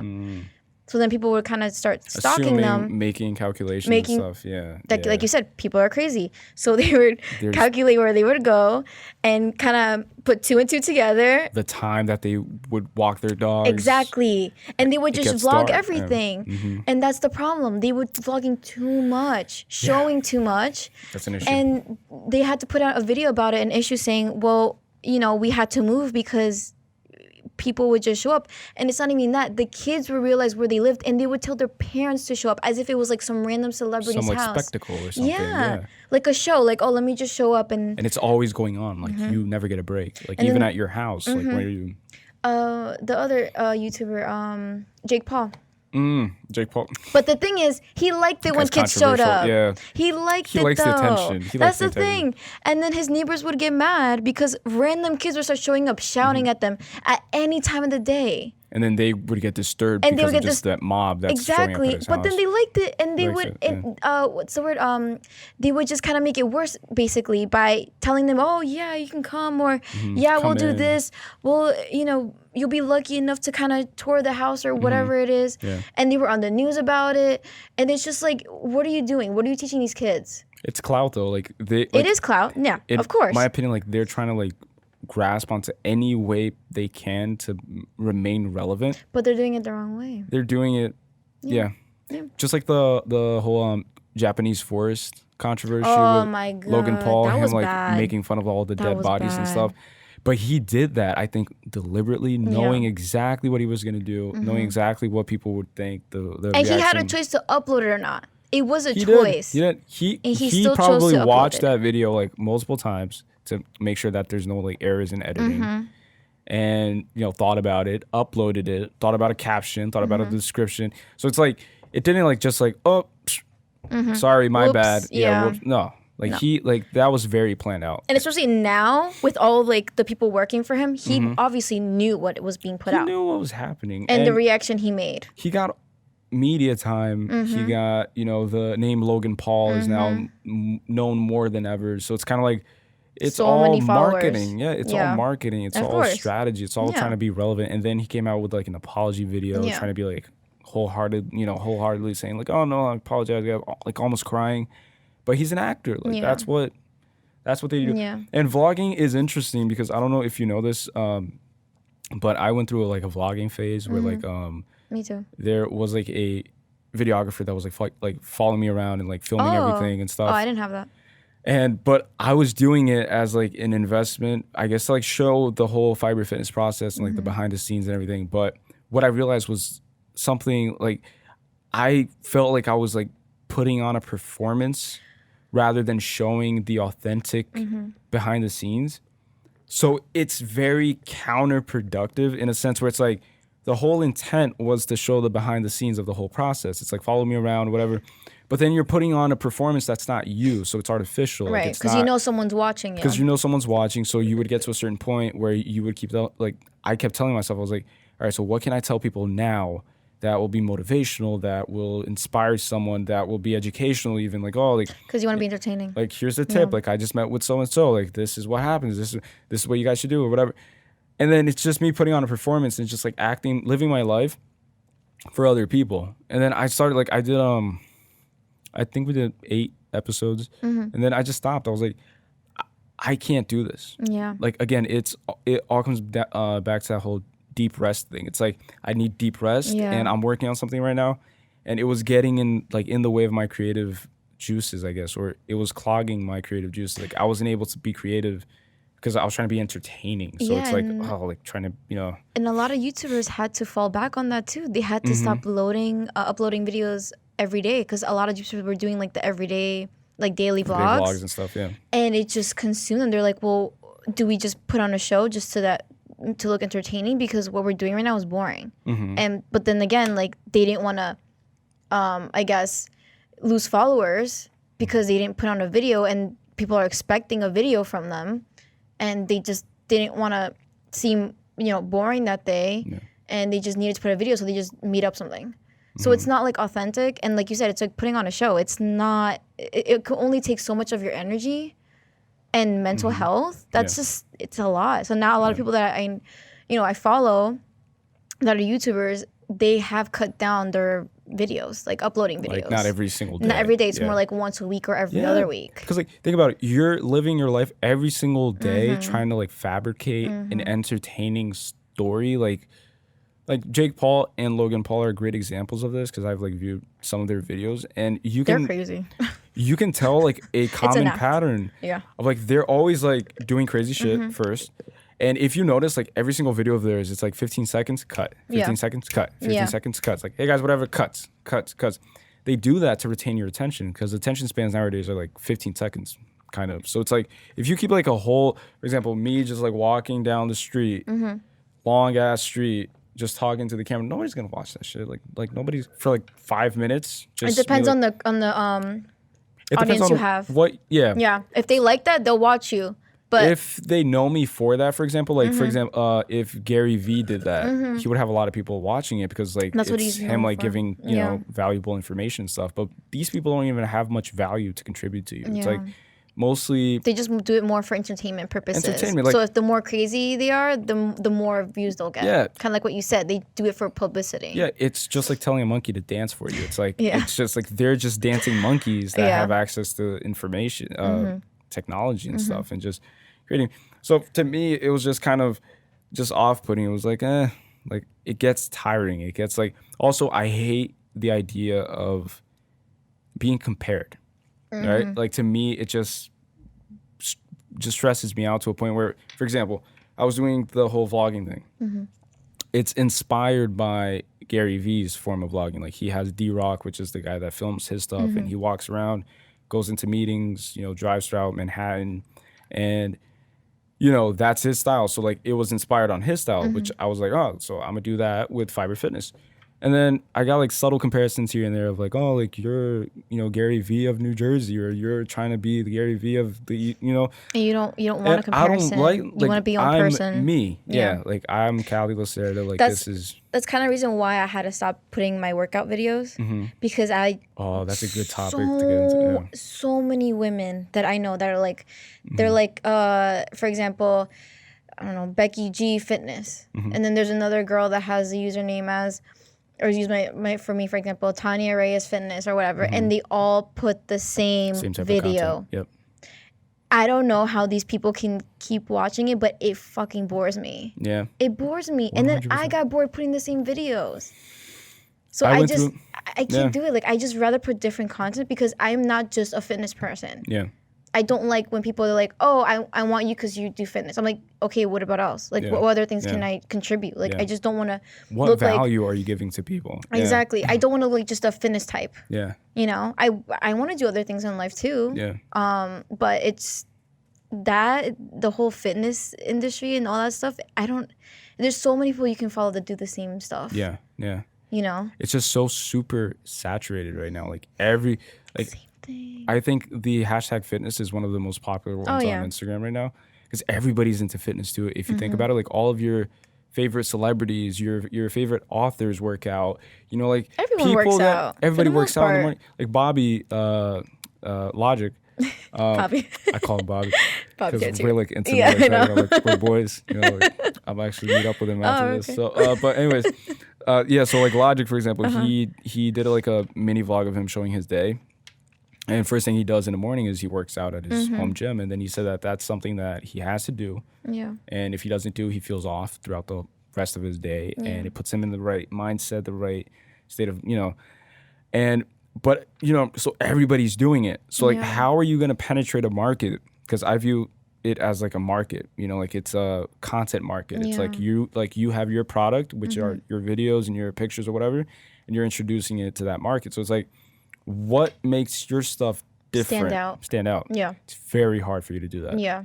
Very hard. So if you just have a fitness page, okay, but you know how many other people have fitness pages that do the same workout as you? Yeah, memes, fitness pages, you know, other types of pages, and there's personal pages, there's memes pages, there's humor pages about fitness, there's informational pages about fitness, of like scientific stuff about like, you know, and it's like, how do you so in everything that I kind of like approach in life, I kind of view it as being like this scale.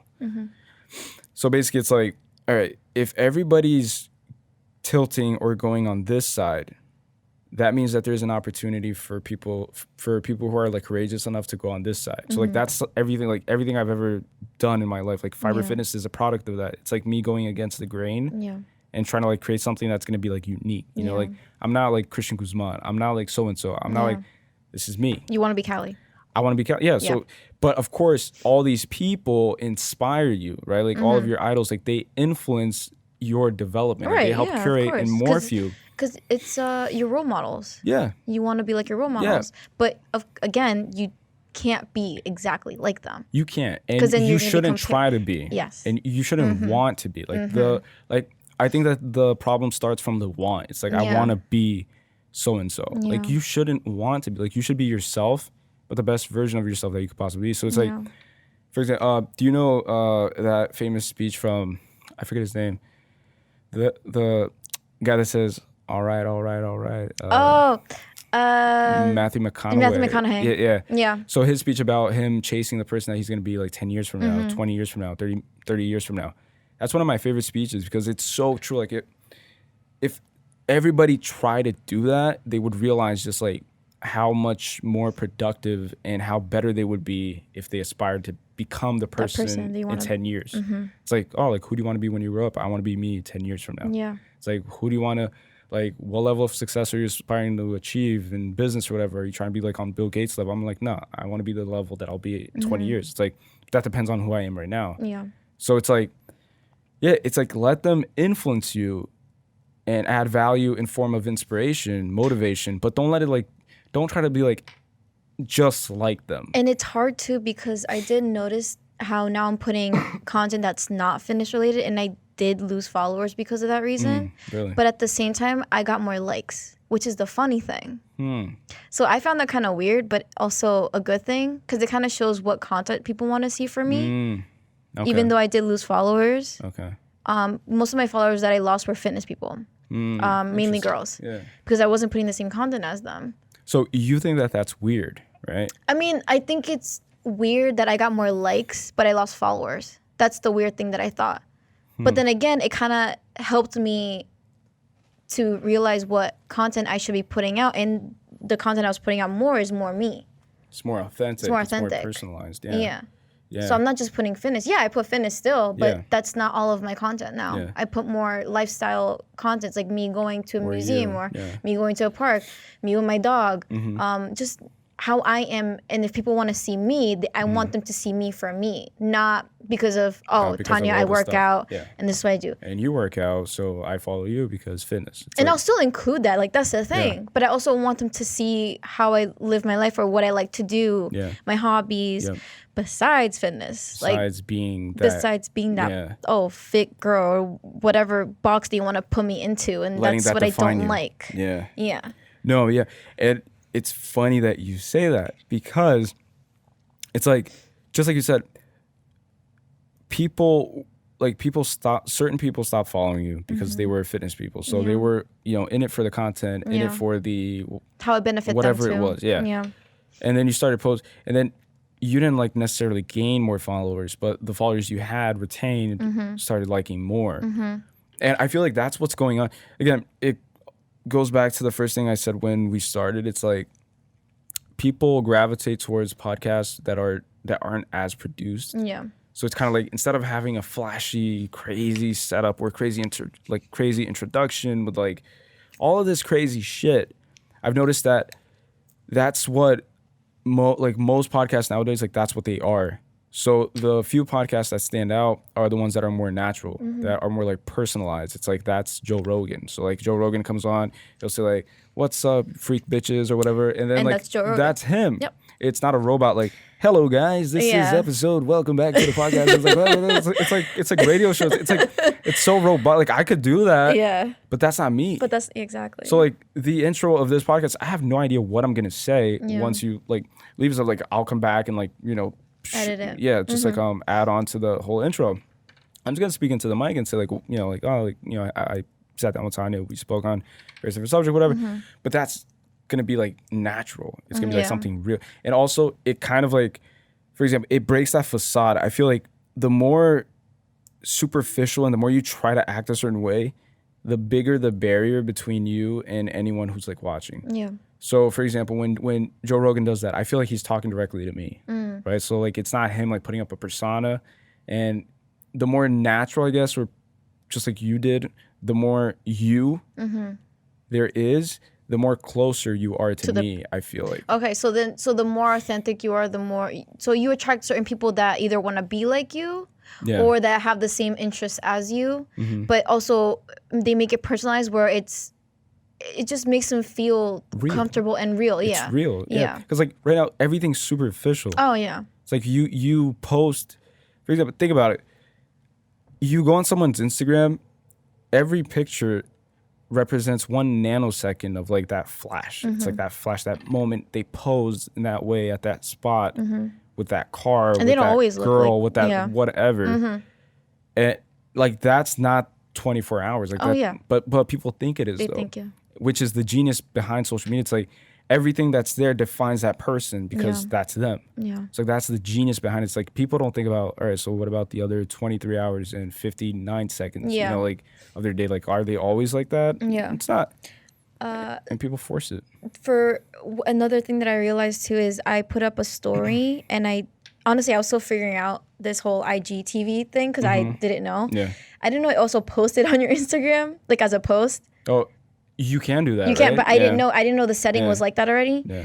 So I posted it and I'm like, I got a lot of views on this, and I was just talking about my incident that I had. Oh yeah, with the cop cops thing. Yeah. Yo, that freaked me out. You should talk about it. I have okay, so I'll just say what happened. Yeah. So basically, I'm on my way to my summer class, and I'm just sitting in the car waiting at the light, and I was the first car at the light. It was red, and I see on my left that they had blocked the road from people making a left turn, so you have to go straight no matter what. But the funny thing is, I already go like straight forward. Yeah. Anyways. Anyway, either way, and I take the same route every day. I don't go any other way. So it was weird that I saw a cop. I mean, there's usually cops making sure that people don't make a left turn, but it was just a cop there, and he was just sitting outside, like, you know, the ones that wear like the jackets, the jackets, just make sure everything's going well. And the light turns green, and within a couple seconds, a cop from the right side of me pulls up and blocks me. And I just hear, you know, the woo. And then behind me, there was a car behind me. Of course, it was African American. Yeah. And then behind him were 3 cop cars. Then a cop car from the left side comes. Then the guy who was sitting, you know, just chilling, the cop, he pulls up. So I'm blocked in. Jesus the Christ. light is green, and I'm on my way to class, right? So they block me, and I'm like, did I do something wrong? You're like, they found the body. I was like, did I do something? And then I'm questioning myself, and I'm like, okay, I didn't do anything. I didn't kill anybody. I was like, not today, at least. No. Sleepwalking? Did they find a body? No. So I'm just like chilling, and I'm just like, what is going on? So I start panicking because like, what the fuck did I do? Like, did I run a stop sign by accident? Like, I didn't think I'd do anything wrong. And then all of a sudden, they take out their guns. And that's when I'm like, oh shit, all right, I gotta take out my phone. And I'm just like, so I left my hands on the wheel because I didn't know if they were pointing it at me or the car behind me. So then I realized when they started walking away from my car, it was towards the car behind me, but they pulled their gun so fast. And I have never been in a situation where a gun was pulled at me. Me neither. And the fact that they were cops, and you know how cops lately have been reckless and how they accidentally kill someone because they were accidentally because they were in front of someone else. So I'm like, wait, should I duck my head? Oh wait, but I don't want to seem like it was my fault, so maybe I shouldn't duck my head. Yeah. I'll put my hands on my wheels. What should I do? What do I do to put my hands up? Like I was just like, what? In that moment, I was just freaking the fuck out. Yeah. My heart was racing. 2 seconds ago, I was just at a red light, just on my way to fucking school. Thinking about Starbucks. Exactly. That's why my fucking white mocha. And then they just get out and they start yelling, get the fuck out of the car. Hands up, hands up. And I realized it's the car behind me. And I'm just there like shaking. And I'm like, okay, it wasn't me. But at the same time, they all have our guns up. But then I start realizing, oh shit, what if the guy behind me had a gun? What if he starts And then you firing? could get caught in and the then I'm caught in the crossfire. exactly. So I'm like, okay, Ooh. don't panic, like don't panic, don't get out of the car, just stay in there. All of that's going through your mind. So that's all too. going through my head. Yeah. So I start recording, and I start recording, of course, as soon as they take the guy out and everything. But I couldn't even touch my phone because I didn't know if that was like a trigger for them to even Of think that it course. was a gun. Yeah. So I just, kind of recorded a little bit behind me and showing them, that people that I had the footage of the cops behind me and that I wasn't lying. But it's just like, I've never been in a situation like that. And I mean, I don't know if the guy was innocent or not. Obviously, I don't know the situation. I was about to ask that, like, if you knew why that was going on. I have no idea. It Did was you find out later? No, I actually I should have done that. I would have like investigated the shit out of It's that. just, I'd be like, yo, like, why honestly, did you guys stop me? Yeah. I got to school and my head was still like in like that racing mode, and in class, and I was trying to calm down. My heart was like dun, dun, dun, dun, dun, dun, dun. And I'm just like, okay, I'm in class now. I'm okay. I'm safe. I'm okay. I'm safe. Damn. And that's the thing, like, that scared me. Like, they just pulled up, and it just happened in like seconds too. And I'm just like, okay, I thank God, and nothing happened. It's just like, but yeah, that experience will forever Yeah. be in my memory forever. Isn't it weird how they approach the car, guns drawn already? They asked him to get out after they pull the gun. Yeah. Do you And that think was that the thing. has to do? Well, all right. So I'm But I don't trying know to the look at it. situation. I don't know if they thought he robbed the place. That's the And the problem, thing is, yeah. where I was is a predominantly white neighborhood. So I don't know if that he was just being profiled, profiled. and maybe Maybe someone said something like a tip saying, "Oh, hey, I saw him do something." Yeah. I have no idea. or he's been outside my house and he's been looking, Or you he know, kinda- I saw him in he's my here every backyard. single day. Exactly, something This that random car. exactly Yeah. something that I don't know that happened. So I mean, unfortunately nowadays, people It with could darker be skin get either profiled, but way, at the same yeah. time, I don't know the whole thing. Exactly. So I couldn't really judge on the cops being like, "Oh, they're just being racist." I can't Yeah. say that for sure. That's but- exactly what I was gonna say too. It's like, But the thing is, I don't know if they didn't know he had a gun or not. Like, because that kind of went in my head through. Like, what if he had a gun? I don't know. Not saying because he's black he had a gun, but I mean, yeah. I wouldn't. But to have all those cars, like he had That was to have too done much. something. That you know? that's what I'm saying. Like, it was Yeah. 6 cop That's cars. what I'm thinking. It's like, what did he do? One pulled in front of me, blocked me, and then blocked the other side, and then 3 or 4 more behind. That's what scared me. It wasn't like Yeah. one cop car. Yeah. It was like 6 cop cars. Yeah. So That's he what did freaked some me crazy out. shit, I think. And that was the thing. That's why it freaked me out too, because seeing all the cops pull out guns at the same time. Yep. 6 guns. Yep. Why do you need 6 guns on one person? Jesus Christ. Why? Yeah. Like, yeah. That's, and kind of like you said, Yeah. what if I was caught up in the crossfire? I was like, I'm too young. I'm too young to die. I'm just going to school. I did nothing wrong. Damn, you're Why getting me? killed on your way to school. Yeah. It's like you're trying to get your education. Yeah. And then you're just shot. And that was the thing. I mean, I guess he could have been profiled because it was a really white neighborhood. Yeah. But I don't know. Or maybe they like. I've noticed that really white neighborhoods, like they tend to overreact to certain things because where crime rates are very low, if you have like any opportunity to exercise power, It's like weird to people see will. someone or, in that area. Yeah. or to even get that call. Like maybe they're just like bored. It's like, oh my God, like another year. And last year, the most exciting thing we got was helping a kid get his cat out of the tree. It's like that might happen because it's a typical white, cat in the tree, yeah. predominant white neighborhood. So Yeah. it's like crime rates are like minimum. You don't get much calls. And then when you do, it's like, oh shit, like this is So I actually had an incident with that. it. What? So Regarding a cat? I was dating. Yeah. Cat in a tree? Did you get stuck in a tree? So I was dating this guy. I'm unfortunately, not unfortunately, I just like white dudes. I like white guys. Okay. Okay. So he comes from a neighborhood that is very, very, very white to the point where neighbors go into your house. So that to me is weird. Go in your house. Like they'll just Explain that. like they'll just pop up and be like, "Oh, hey, I have extra mashed potatoes if you want it." Oh, Jesus And they'll just Christ. chill in your house. Like they know you inside and out. They know your Oh, whole no. family. No. That to me, I'm like, "Yo, that's too much." Fuck out of here with I that come from a bullshit. town where you know, like the family, meaning like you know their last name, you Yeah. know what they've, where they work and everything, like the occupation, but you never go into their house. No. Never like that, unless you're like this. Really friends. Yeah. Yeah, but no, everyone in that neighborhood would go into each other's houses. And I found that kind of weird and it's kind of loss of privacy. I mean, what if you like are I don't know, like you're boundaries. Like it's just boundaries. you're like, doing bro, something and they just happen to walk in and you're like not in your, you're just in comfortable clothes and you don't want them seeing you. You know what I mean? Yeah. But either way, so things didn't turn out well with him. I found out that he went back to his ex-girlfriend and I got mad at him. And I had my stuff there, meaning I had my clothes in his car and in his house. Now, his neighborhood is very, very, very quiet at night. And like I said, very white. So my best friend, and she was dating this Hispanic at the time. But I think he was half white, half Hispanic. And me and my friend are Hispanic. We look white, but we're Hispanic too. Yeah. And the thing is, he pulls up. Like we go in his car because he was like, "What? He's not letting you." Because I was calling him and he was purposely ignoring my calls. Wanting to get your stuff. And I just wanted to get my stuff. Yeah. I had my favorite sweatshirt, and I had a couple of things that he had, personal stuff that he had, and I just like, why do you need that stuff? If you're gonna get back with your ex-girlfriend, why do you need it? So. I told my friend, and then my friend told her, and her boyfriend was there with me listening to the story. He was like, "This is crazy. I don't understand. Like, where does he live?" I'm like, "I mean, I know where he lives. I've been there, but I don't know. I feel weird." And like, no. Let's go pull up. Just ask for his stuff. I'm not gonna do anything crazy. We'll just pull up, get your stuff, and then leave. That's it. Like, you just want your things. I'm like, all right, fine. If you're okay with that. I mean, I don't want to feel like you have to do anything. No. This is fucked up. We'll go do this. You're just gonna go on my Mustang. You know how loud Mustangs are, right? Yeah. Okay. So keep in mind, quiet neighborhood Mustang. White neighborhood. White neighborhood. Yeah. And his Mustang, his windows are tinted too. Ooh. Okay. So that just adds on to it. Yeah. So we're pulling up, and you hear the engine like so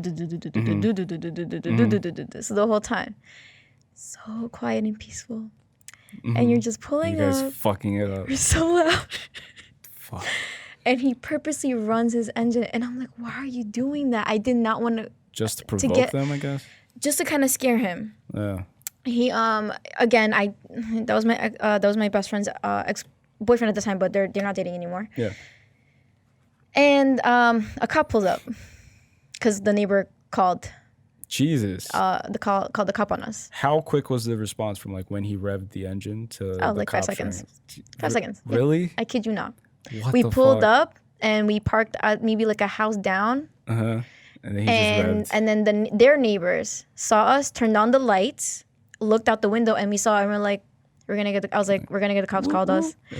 And you hear it, and we're like, he's like, how did you know? I was like, this is a very white neighborhood. Damn. This kind of car, tinted windows, it's not normal here. People here have trucks or just typical like regular normal for four-door car. Like there's no like sports cars, motorcycles, like that type of stuff. And like I said, you have tinted windows, and usually people that have tinted windows are mostly up to no good. Exactly. So they thought that we were gonna rob, I'm guessing, or whatever. I don't know what they told the cop, but the cop pulls up and he starts flashing his lights, of course, and it's at nighttime, so he's like flashing your lights or whatever. He's like, so are you guys from this neighborhood? I said, no. I'm just here to meet up with my friend. Who's your friend? I'm not gonna say his name. So and so. He's like, oh, I know him. I'm like, yeah. Now this guy, again, he is a very popular in his town, so he knew all the cops. So when I said his name, I already knew they were gonna like know who he was. And they're like, oh, so when is he gonna be here? Because they thought I was lying, and I was like, well, I just called him. I can call him back again if you want. It's not a problem. They're like, oh, okay, yeah, call him. Ask him where he is. I'm like, okay. So I call him, and he was coming from his ex-girlfriend's house. So I call him, and I was like, hey, I'm outside of your house. The cops are here. They want to know if you're coming. He's like, oh, yeah, I'll be there. So he starts laughing. I'm like, whatever. So he pulls up, and then the cop's like, I need to see your IDs. And then I don't know why he needed to see mine if I wasn't driving. After your ex pulled up? After, yeah.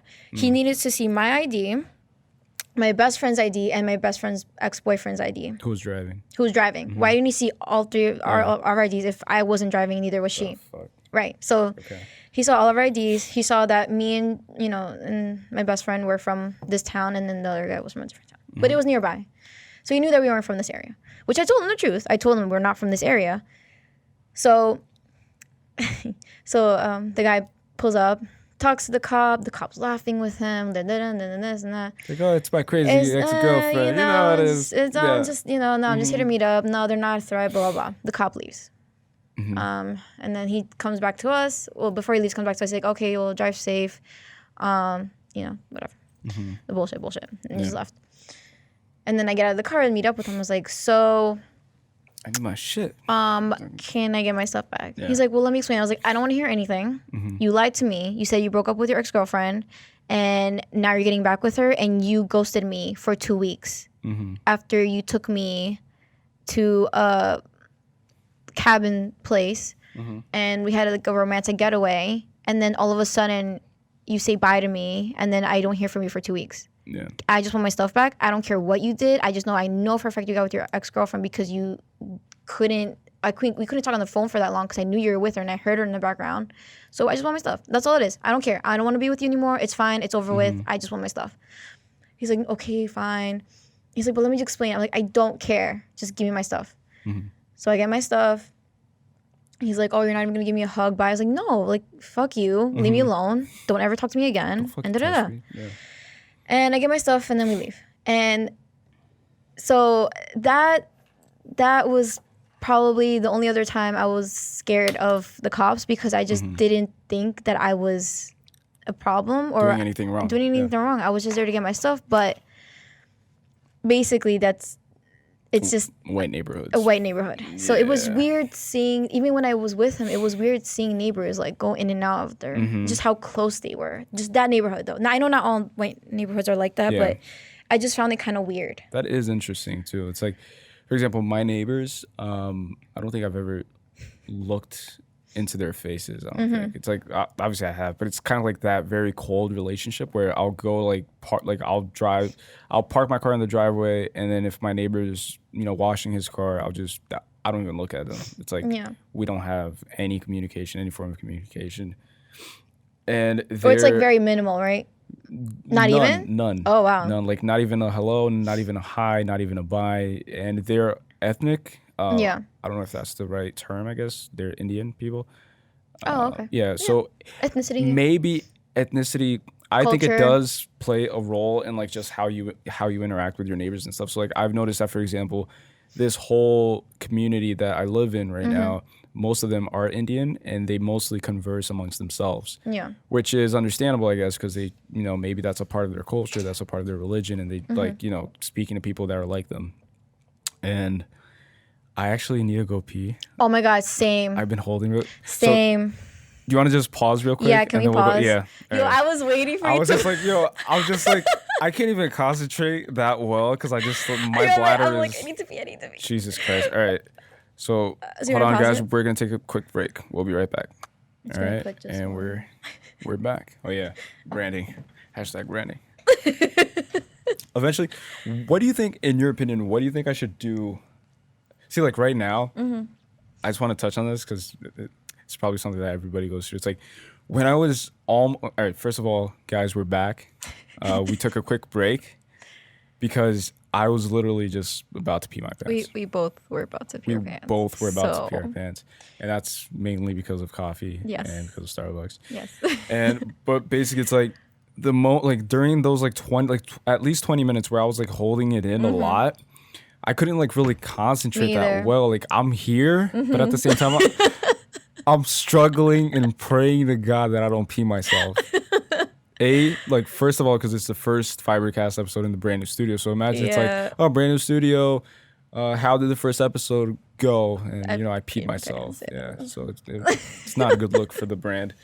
But it's hard for you to concentrate when you're like struggling to hold in. Yeah, it's like you're trying to be there and present, but now that's why sometimes I kind of zone out and I'm like, wait, I'm like, but you have to do that because otherwise you're gonna fucking pee yourself. No, yeah. So my question is, my question is, what do you think I should do?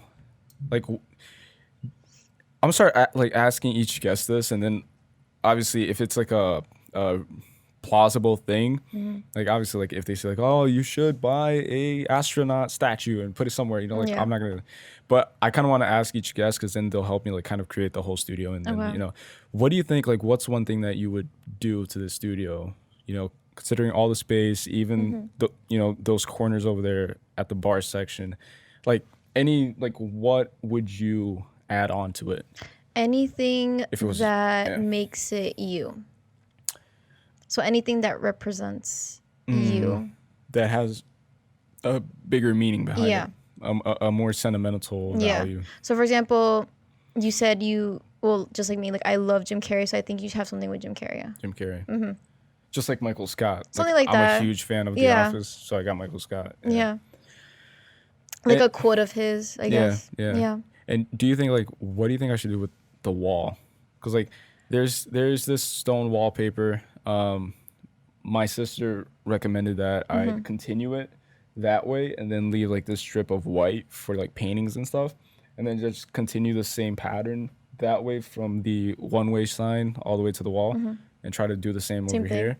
What do you think about that? Or should I do something different where that one-way sign is and where, that plug behind you is over there in that section? I'm trying to make it unique again, make it me, I guess. But also, not make it about myself.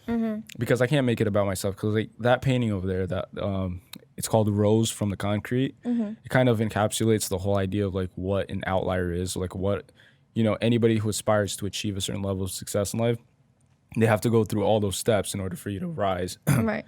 and become that rose that society sees. So they don't see all of the, stems and roots that you've grounded, that you've established beforehand. And people, again, going back to the whole social media thing, people only see that rose. That's all they see, all the roots and all those struggles and stuff and hardships. So that's for the guest kind of. So it's also for me, but for the guest. Okay. Yeah. I mean, I guess for me too, since we both relate with Jim Carrey, that's why I Jim Carrey. For me, yeah. That's a dope idea. Yeah. Because I'm trying to fill it with as much art as well. I'm huge on art. I'm just fascinated by the whole, that's why I got the whole the David canvas as a superhero, because he's an underdog. So it's kind of like Fiber Fitness is an underdog. It's overlooked. It's been criticized. It's it's hard to come up and bring it up and stuff. So everything ties into place. But okay, yeah. So that's a good add-on, Jim Carrey. Add-on Jim. So from Tanya's episode, Tanya recommended Jim Carrey. I'm gonna get Jim Carrey here. He's actually gonna be working the monitor in the back. That's gonna be the add-on. Him. Actually him. Oh, you thought it was a painting or something? No, like stupid. The real thing. That's stupid. Yeah. No. So let's get to answering the questions that your followers asked, so the first question was, what is the meaning of life? Oh, Jesus Christ. That's probably the fucking... I think it's two questions. It's what's the meaning of life and what happens after life. Those are the main two questions that nobody really knows. Yeah. And I don't think anybody will ever know. I think it just how you feel, how what is the meaning of life to you? That's how I would kind of, I guess, minimize the whole question, meaning make it more personalized. Yeah. Because if you say what's the meaning of life, there's so many answers to that. Yeah. Because everyone it's too many. It's in an infinite amount of answers. So I feel like it's more personalized. Where what is the meaning of life to you? I feel like it should have been asked that way. That's how I see it. Yeah. Because I think so too. My meaning of life, for me, is completely different than yours. Yeah, it varies from person to person, Right. and there's various factors that come into play: upbringing, values. environment. So a person that lives in North Korea, their purpose in life is completely different from a person that lives in a suburban white neighborhood like your ex, did, privileged neighborhood and stuff. So it's kind of, it is personalized. Yeah. And I feel like, so with that said, what is to you the meaning of life? What does this experience, this weird thing, about, opening your eyes and seeing the world through these two lenses that are attached to your face. You can't see yourself unless you look in a mirror, which I find fascinating. You still can't see yourself even with the mirror. That's not truly you. Really? It's just a reflection of you. It's just a right? Yep. It's still not you. So it's the idea. It's just the idea. Yeah. You can get extremely philosophical with it. Sorry. And I'm a huge philosophy nut. So it's the idea. It's like when you get an apple, a picture of an apple. And underneath that picture of an apple, you have the word apple written. You ask someone, what is this? They see the apple, the word, they say that's an apple. That's not an apple. That's a representation of the idea of an apple. So even if you remove the word apple and you ask the person, what is this? They'll say apple. It's still not an apple. If you just leave the word there, what is this? Apple. It's not an apple. It's like that's an idea of an apple. So an apple is an apple, like a real apple. Like you can't eat it. You can't do the same things that you do. So a mirror is the same thing. That's not you. That like, can you touch you?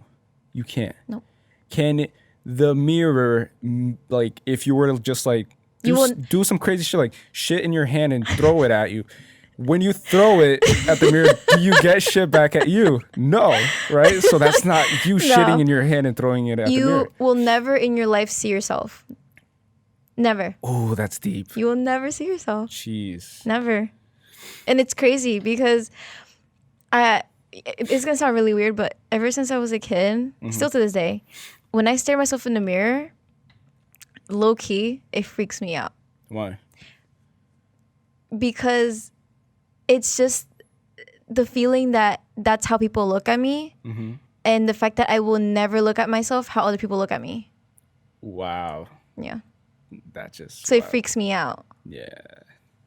Do you ever... All right, so you keep saying this will sound weird, but I don't think I don't know if other realize people... who you're talking to, first of all. I mean, to the audience. Yeah, to the audience. Not to you. Yeah, because I'm like one of the weirdest fucking people out there. It's just like, certain things, I mean, now it's more talked about, like weird things, it's kind of more normalized now. But to me, it's just when I was a kid, I thought it was weird. So I didn't think other people would think about the same things that I thought. You know, now it is because now, like you said, we are connected more nowadays and everything. You can share it and not feel judged. So someone watching this right now, maybe might they be have like, the same feeling and they feel like, wow, like, hey, and then maybe they'll reach out to you and be like, yo, I thought I was the only one. Like, I thought I was going crazy, but I'm glad I found someone else. Yeah. But do you ever, like, for example, sometimes, and this is going to sound weird, I'll like go to the bathroom, do whatever I have to do, and then as I'm washing my hands, like I'll just look up, and then I'll just like connect, like I'll just like stare like deep into the eyes of that person looking back, and I'll just be like who are, like what? I do that too. Like what? I do that too. Like, to a point where I'll like get like very close and just like look like into the like so like weird. I would look into the eye. To the eye. I would literally get closer and purposely look into the eye to like see like what is that? And I would also try to see if the other moves. I always keep that. I swear to God, like some days, like I'll be like, for example, I went through like kind of a depressive phase in my life where like I was kind of like very like in a very bad place mentally. Yeah. And I would like do that. And then I would kind of like wish like, is there something like possessing me? Like, why am I like this? Like, like, are you controlling? Like, who are you? Like, I have no control over me. Like, I can't control my happiness. I can't control anything. Like, or why do I look like this? Why do I look like this? Yeah. Like, just move already. Just like do some smile, smirk at me, like, you know. And it's weird. It's a weird experience because, and we've accepted it as being this thing. It's just your reflection. Yeah. But do we really understand like the whole, like the entirety of it? Like, think about that. Like, do we really understand what that is? It's like it's a reflection. Yes. Like if you're walking in the street and it's raining, there's a puddle. You see your reflection. Scientists will say, oh, like that's photons reflecting back, and that's, you know, your retina display absorbing it. Okay, cool. But you're explaining it from an objective standpoint. And again, it goes back to that whole thing about like, if there's a God, we're ants. We don't understand. We won't ever, like our senses aren't capable of assimilating, like touch, smell, you know, it just can't assimilate something of that magnitude. So the same goes to like subtle things like reflection. It's like, what if that's like again, going like way off the fucking charts. Like what if that's like a portal to a different universe or some shit, you know, like that. What if that's... And we don't have that sense to act upon that. We can't tell. And I had this theory once, and I'm going to like just bottle it up because it's kind of like expansive, but just tell me what you think about this. It's like, all right, let me first see if I remember it. Yeah, okay. So we have 5 senses, correct? What if when, how do I explain? It's like, what if human beings have 5 senses? The ones we all know. It's touch, smell, hearing. What's the other 2? Sight, and then the other one's... Taste, right. So 5 senses. What if over time, our ancestors got to a point where they evolved, where they went through human evolution, for example, or maybe they were something else. Like aliens, maybe they went through evolutions where, according to Darwinism, like you lose one thing to gain another. So what if they lost all of these 5 senses and gained another 5, senses that we don't even know what it is? Like our brains can't even comprehend it because we have these 5 senses. So what if that's what happened to like aliens and shit, or to like even like like this theory is kind of like all over the place, but even like or they took it away to prevent something. Maybe they took it away. Yeah, but like so like like even spirits. Maybe when you see a ghost, that's just like his senses glitching. It's kind of like he's like what if right now there's a whole civilization happening around us, but we have these 5 senses and we can't see touch or feel or see anything, but there's like there's people walking through you right now. Yeah. A truck, maybe not a truck. You know what I mean? Like, I know what you mean, activities going around right now. And then maybe those like ghosts and stuff are just glitches. It's like, like glitches and stuff, and that ties into the whole simulation theory. To me, it's kind of like glitches in the simulation. Like I'll be like looking out for those things. Like when Donald Trump does like crazy, like he's our president, like that has to be indications as to someone's controlling something. And like how can you get away with all this crap? Testing it, Yeah. just like playing around. Like, oh, let's put this guy there. Yeah. Oh, look at their reaction. Oh, that's interesting. Look at how they react to that. Did you see it? Write that down. And then it's like, oh, now let's do this. Now let's start a world war. Now let's. And that's my opinion on the simulation thing. It's like, I don't know. It's crazy because when certain things happen in my life, I'm like, is this a coincidence? Or was this supposed to happen? What do you think coincidences are? That's a hard question. Coincidence to me, I guess, is when something happens to happen at the same time. That's my definition of it. So for example, I went to go eat at this sandwich deli, and I just happened to run into my friend there at the same time. So that was out of all the times that I've been there. Yeah, I've never seen him, and I just happened to run into him at that time. I'm like, oh, what a coincidence! I didn't know you came here. I'm like, yeah, I always come here, but I come in at a different time. I'm like, oh, that's why I never run into you. Yeah. So that to me is like, oh, what a coincidence, But then there are other times where an event happens in my life, and then I get something beneficial out of it, even though it could be a bad event, and all of a sudden something positive happens out of that negative impact, and I'm like, oh, maybe this was supposed to happen. Maybe God put me in this put me in this situation for this reason, for me to outgrow and challenge myself, and now I'm becoming this person who I like, and kind of help me figure out my path through that challenge in my life. Would you say that is a factor in your definition of the meaning of life? It's like overcoming circumstances. Yeah.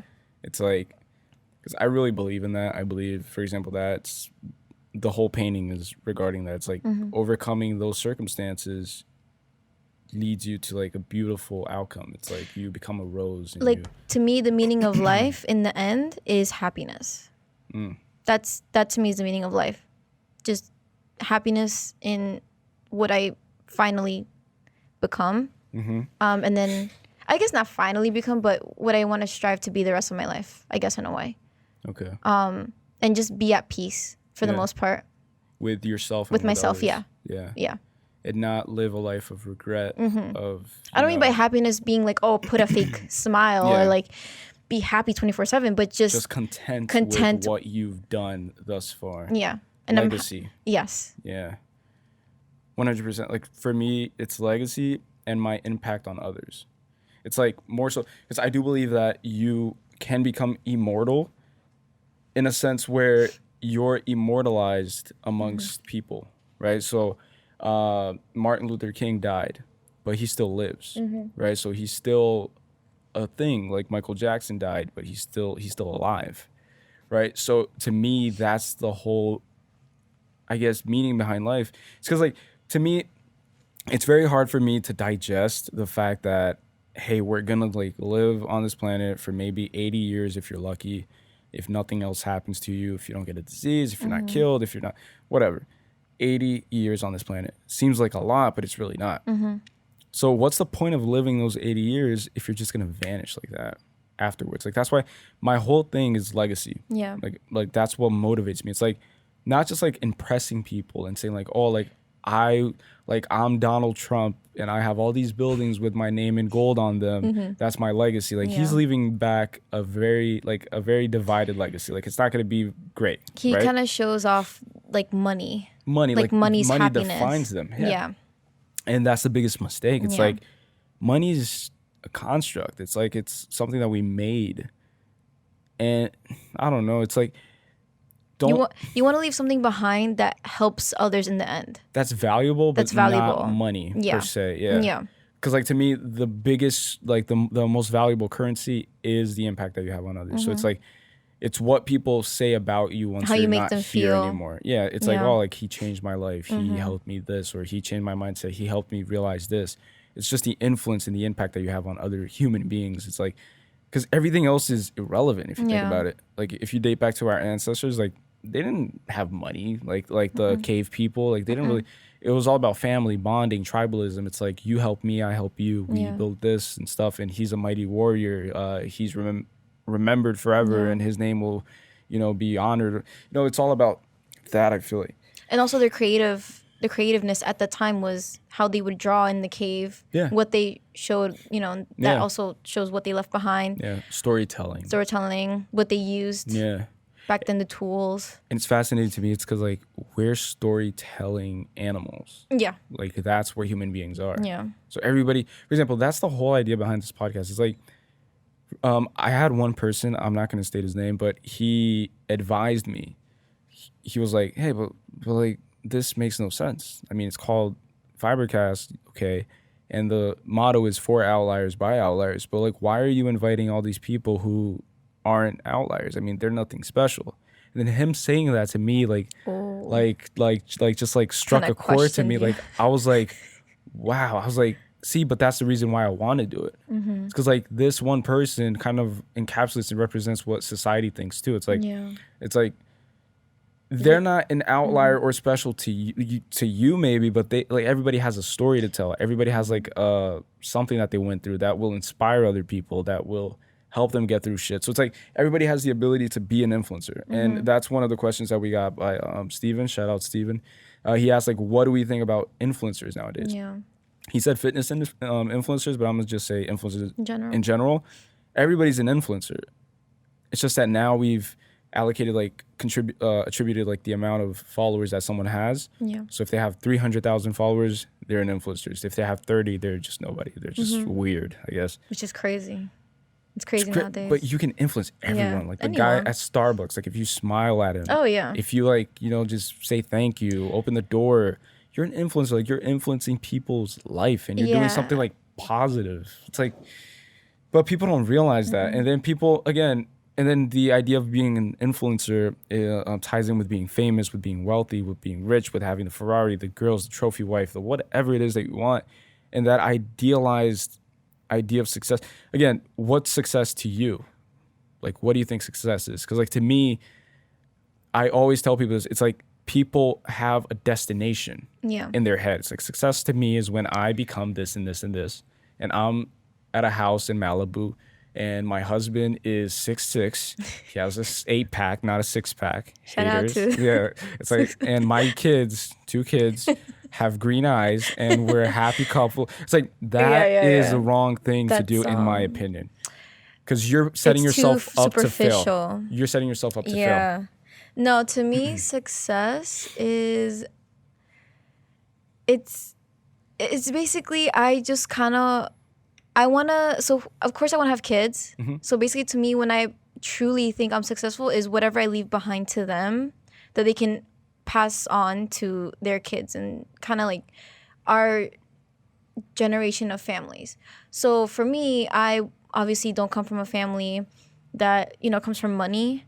So I obviously want to do better than my parents did. I mean, of course, they came to this country and, you know, they wanted the best for me, so I'm taking advantage as much as I can. But I also want my kids to know that I worked hard, and I want them to work twice as hard as I did.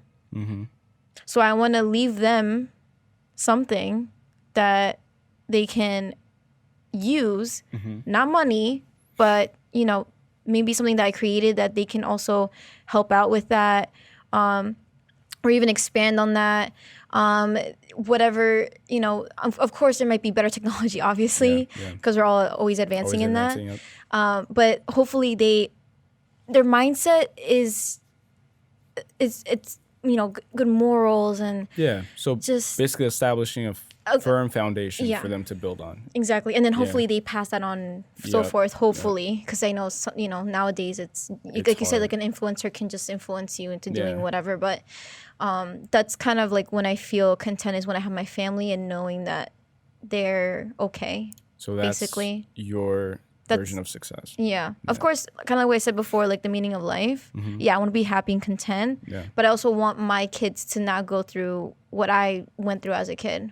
You know, struggling with money and what your parents went through. What my parents went through. So each generation's kind of just minimizing the stresses or the pain. Hopefully, while teaching them to establish a mindset that's like, despite the minimal pain, you should always aspire to like conquer and just put yourself out there. Exactly, have good values and morals, and don't be judgmental, and all these things that I learned growing up in this culture nowadays, you know, compared to what my parents learned when they were younger, and how my grandma and grandpa were probably like racist as fuck, because we come from a, you know, European side, so very white, you know, all my conservative. And I mean, I already know like my grandma's racist because like the things that she says, obviously as a kid I didn't know, but when I think back to, I'm like, wow, that was really racist. Like she was crazy like racist, you know. And nowadays, like, even, you know, kind of going off topic, but in Chile there are now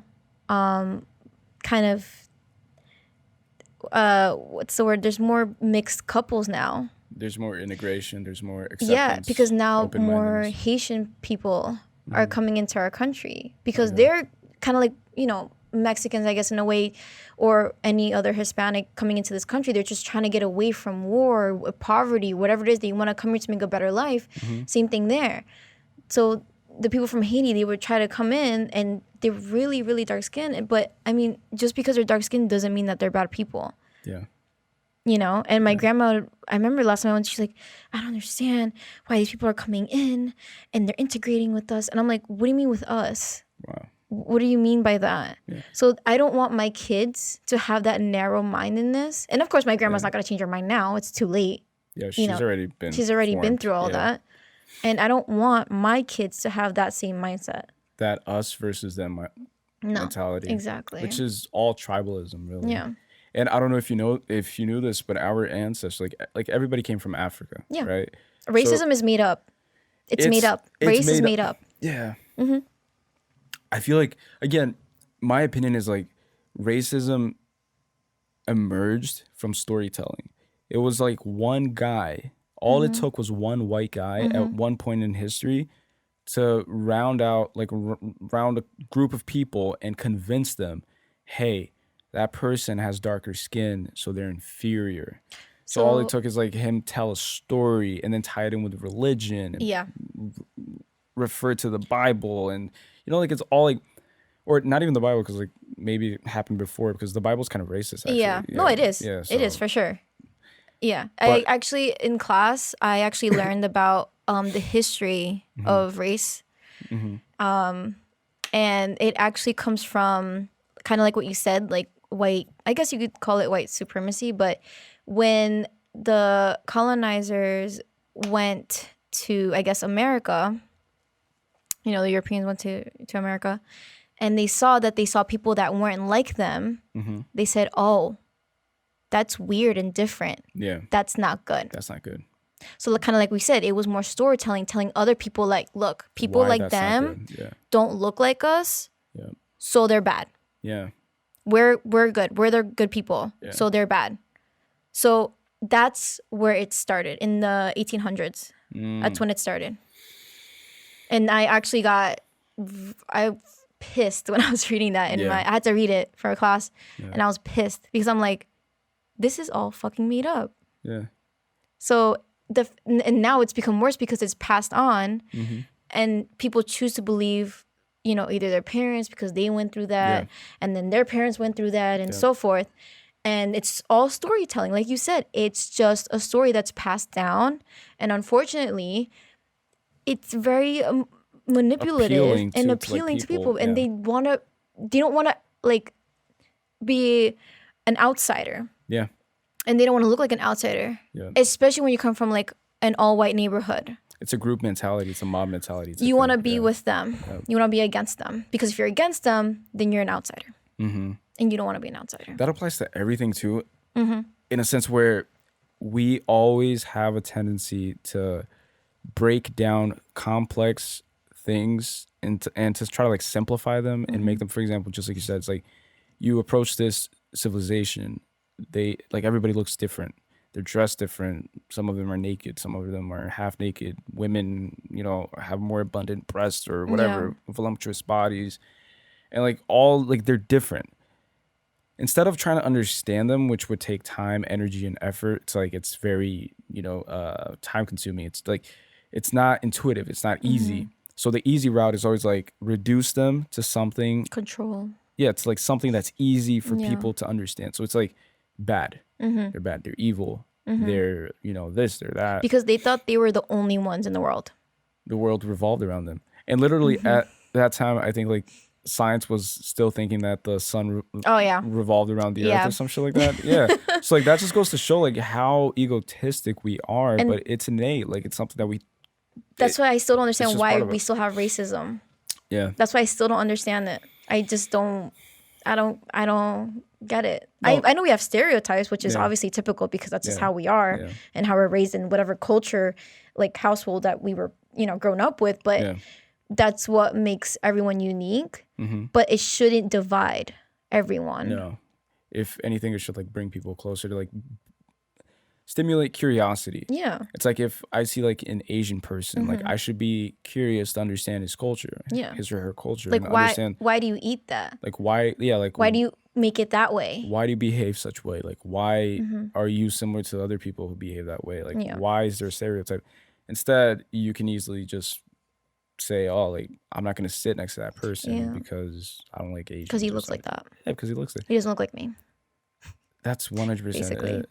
It's like you don't look like me, so you're different. Yeah, and it's fear of the different. I just don't understand why that's such a bad thing. And I, when I was younger, I didn't know why I would think those things too. Yeah. I mean, in my town, we're very like,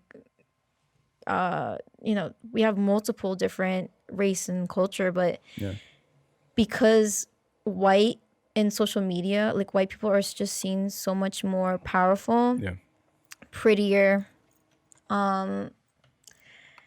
It just kind of is implemented in my mind to kind of just seem that a white person is unfortunately more honest. When I was a kid, more honest and a good person, and then triggered by media on the news that the person with color is bad. Yeah. And then my parents, same thing. They would tell me like, no, you can't date someone that's a color. That color. Yeah. I would I'm gonna shoot them. Jesus. I'm like, what? Yeah. Oh yeah, my dad's fucking racist as fuck. Yeah. Yeah, it's like bad. So it's just things like that. I'm like, is that why sometimes I get, I don't mean to be racist, but I know everyone is a little bit racist. Everybody is because and judgmental. Yeah. But I know how to, I guess, control it and empathize more and understand the other person, because I know for a fact I've probably been profiled sometimes, especially when I talk in Spanish. Yeah. They're like, oh, you're Spanish? I'm like, this is America. We talk English. Yeah. Like, why are you talking in Spanish or why are you talking Portuguese or whatever it is? Yeah. And you're just, it's just crazy to me, like, especially in America where so many different people come here. So many different people. Like, there's no white. Yeah. There's no just white. Somewhere in your lineage, someone was different. Someone's African. Like, You're never if you date pure back, white. like, everybody's African. Yeah. Like everybody's African. You're never. There's no pure breed. Exactly. That doesn't exist anymore. No, yeah. And America was founded on that. It was like, Germans, people from the Netherlands, You all like, mixed all with these each other. people. Like everybody came and mixed, and everybody had slaves at the time. Everybody, Yeah. I don't know if you knew this, but I think it was during the expansion of the American expansion from the east to the west, when the colonizers came, they started just committing genocide and just killing all the Indians and occupying the lands. So they marched from the east, New York City, to what is today California. So they, it was called the March to the West, I think. Yeah.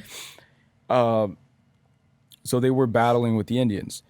One thing that history has shown us is that, which is just blew my mind, is like after a battle, you would have prisoners, right? So they would take, Indian prisoners hostage, and then the Indians would take some white people hostage from that war as a result from the war. What they found is that the Indians that were taken hostage with the white people, they really wanted to flee and just run away and go back to their tribe. But the white people who were taking hostage, they ended up being absorbed by the tribe and became a part of the tribe to a point where they didn't want to go back to white society. Right. Which just blew my mind. It's like, if you think about that, it's like the level of authentic human connection and tribalism and family and community that the Indians had, as opposed to this, growing white Western society, where you would literally be a white person captured and be like, no, I don't want to go back. I prefer to stay with them. Yeah. And that kind of broke all of these, they don't look like me, so they're bad. It's like, you're amongst all these people that are clearly different from you, but you still prefer to be with them. So there's something like, if we manage to get past that barrier, then there's something more there. It's like those people just looked past the fact that they were Indian, because they're just like you, and they would fall in love with Indian women and with their ways of society. Men could wife, I think, multiple women or something like that. So they love that, obviously. And so there were all these things, but it's more of the connection, I feel like. And that just blew my mind. I was like, fuck, that's crazy. There's a deeper connection, like you said, once you look past the physical appearance. Yeah, just look past, but that's the hardest thing, though. It's because everybody, like it or not, you judge everybody by their by how they present them. Exactly, how because they that's are. all you have to play off of. So I'm walking down New York City, Manhattan, where it's a crowded street. Everybody I see, I'm judging them. Yeah. Judging is that guy a killer? Is that guy whatever? Is that guy? I wonder where he's from. Yeah, everything, the way they're dressed and stuff. So the idea of don't judge people, that's bullshit. Yeah. You should judge people, but you should know how to judge people and what to judge. Yeah. It's don't judge their skin color. Don't judge their way of speaking. It's if they have an accent, if they fuck up in a language, so what? Value, judge their core values. I feel it's what they have to offer and bring to the table. It's what they, so that to me is the whole. And it's funny thing that you said about the whole language barrier thing and how people come here because they want to obviously do better. The fact that people still think that immigrants steal American jobs. It's stupid. It's so stupid. Stupid. If they're not stealing your job. Yeah, they're just doing the jobs that you don't want to do. Exactly. They're taking advantage of what you take for granted. Yeah. And that's the definition of the American dream to begin with. It's come here, create something out of nothing, and just keep add value to it. Moving up. Yeah. Moving up in life. Through the hierarchy. Yeah. It's all right. So that's why I was like, what? All right. So ban all Mexicans, ban all Hispanic, ban everything. Now, who's gonna are you gonna do landscaping? Are you gonna do all of it? Not implying that every no, I know. It's these lower ranked jobs. It's that white typically people, immigrants do. Yeah. White people are too proudful and too honorable to they have their chest too. I don't know how to explain it, but it's their head too high. Their chin is too high. Their nose is tipped back too far. It's bro, get out of your fucking head and just get out of your own way. Basically. Yeah. Just fucking wake up to life, dude. Fucking retarded. Yeah. So we answered the meaning of life. So it's basically being content, and also are we living in a simulation? We're living in a simulation. We kind of answered. We kind of touched upon that a couple times. Yeah. My take on are we living in a simulation is this. It's like I watched a video recently that just blew my mind.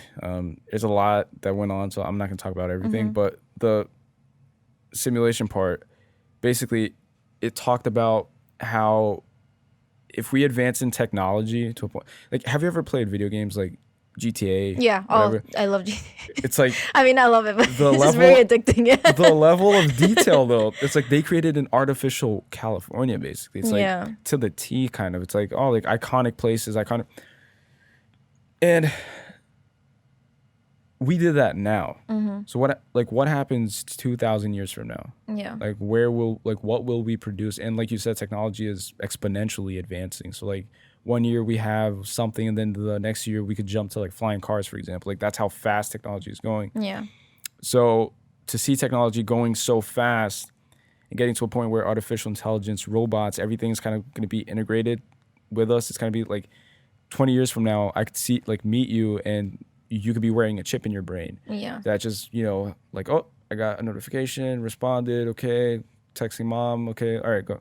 And then just walk about. It's like you're a robot now. It's like that's a part of, but that's just normal. That becomes, that's the new this. Yeah. Tell your grandma that everybody would be staring down on their phone, walking the street, driving, looking at this screen.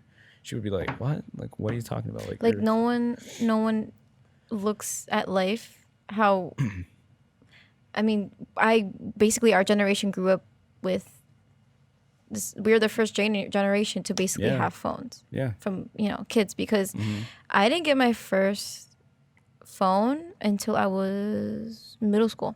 I think me too. And nowadays I see 4-year-olds with iPhones. iPads, yeah. And I'm like, so in order to calm them down, you just give them this? Yeah, that's fucked up to me. Instead of you actually playing with your kid? And actually being a parent. Yep. And being like, hey, like, cut it out. Instead of, oh, okay, you're upset. Here you go. Yeah. All right, this will keep you entertained for like a couple hours. Yeah. Why don't you just discipline your kid? It's going to be so dependent on that. Yep. And kind of like how we are now with this. Like, we're very dependent on it, and we're adults. So imagine for kids. Imagine for a kid and growing up with all of this. That's why I think it's fucked up when parents dope their kids up. Like, for example, little Johnny isn't doing well in school. I got called in today. Teacher told me to put him on certain medicine, Adderall, for him to concentrate or something like that. But just like you said, it's like at 5 years old, little Johnny was playing on a fucking iPad.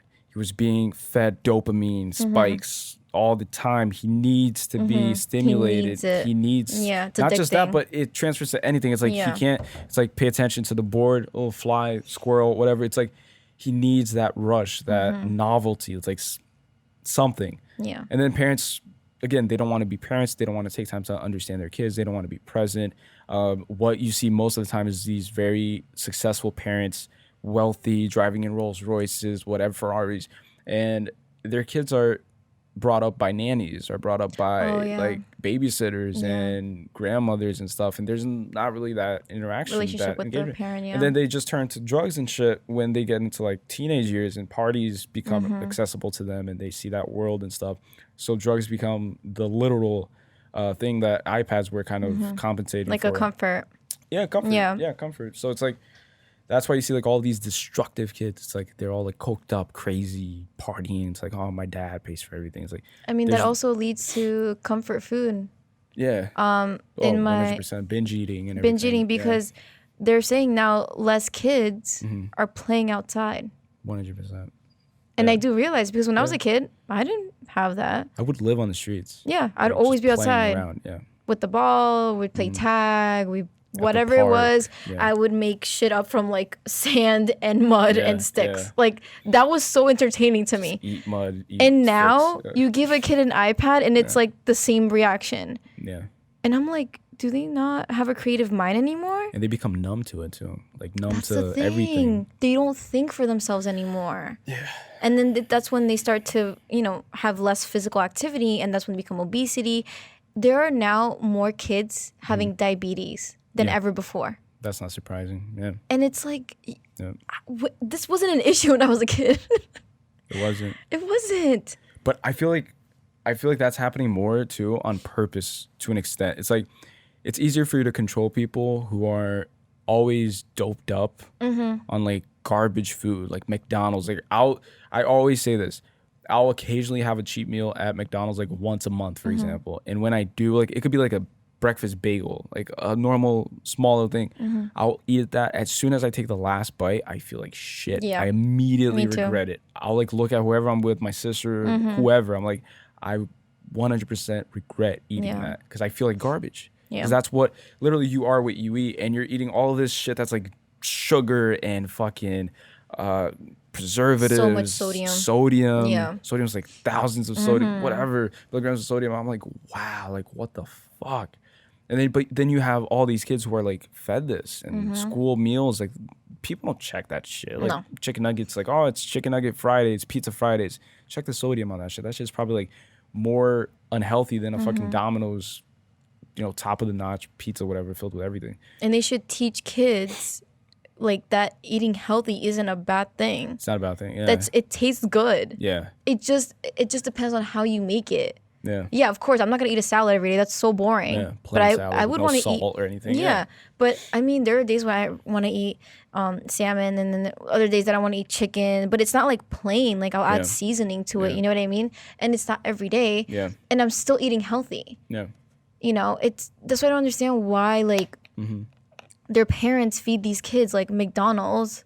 I mean, I know it comes down to the whole toy thing too, like obviously the advertisement and everything. Yeah, there's that. But yeah, fine, you can feed them McDonald's, but like every day, that's just. I mean, when I was a kid, I would have it like maybe once a week, or maybe like once every other week, because it was a treat to me. Yeah. It wasn't like, oh, that's my food, that's my dinner. My lunch today. Yeah, that's my dinner. Yeah.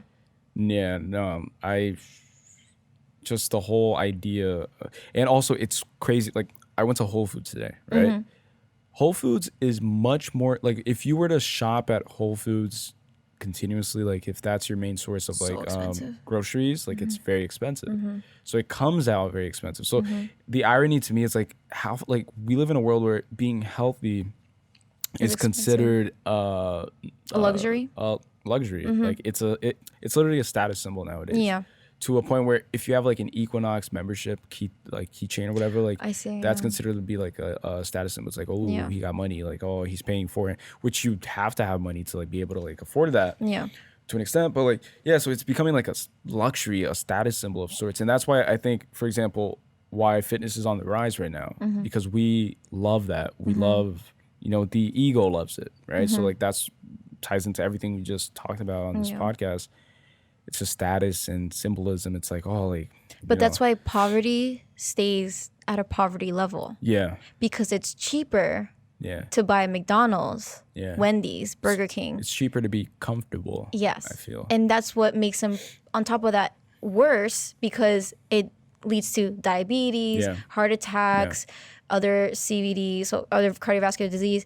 And in the end, you're gonna stay there because that's what society is presenting to you. Yeah. If you're living at a poverty, area, the whole neighborhood is gonna be, unfortunately, in poverty too. So you don't have an example of someone that's a level above you to like aspire towards. Exactly. Yeah. And they might have a store here and there that has like healthy foods, but kind of like you said before, it's a luxury. Yeah.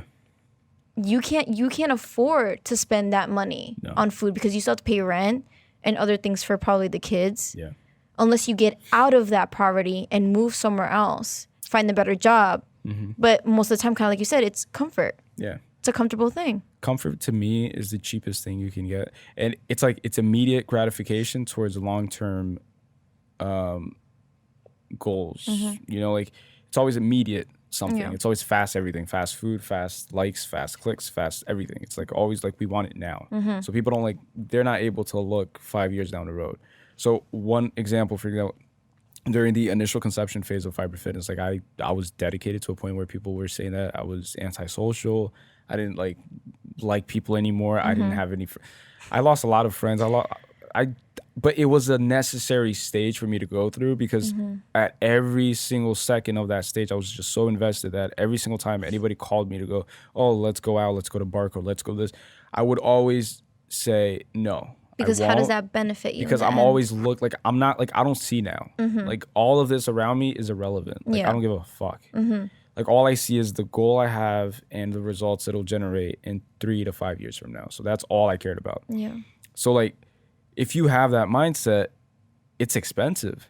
It's expensive because it takes a toll on your mental, it takes a toll on your physical relationships. People don't understand it. So people will, again, it's easy to just say, oh, that's bad. I'm going away. Callie's acting weird, strange, bye. It's like, it's very easy, right? So it's kind of, and then people got offended even. It's like, oh, like you're too good now to like go out with us. It's like, oh, it's like, no, I'm just focused on my shit and you're stuck in that reality. So that's your reality. It doesn't coincide with mine.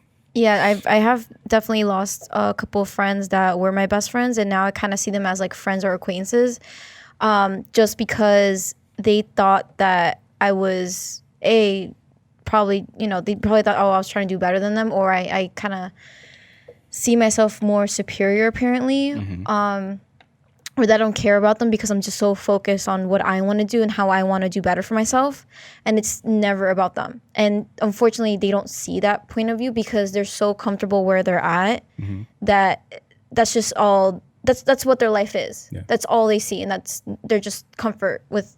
Okay, this is gonna be me the rest of my life, and this is how I'm gonna live the rest of my life. This is who I'm gonna be with the rest of my life.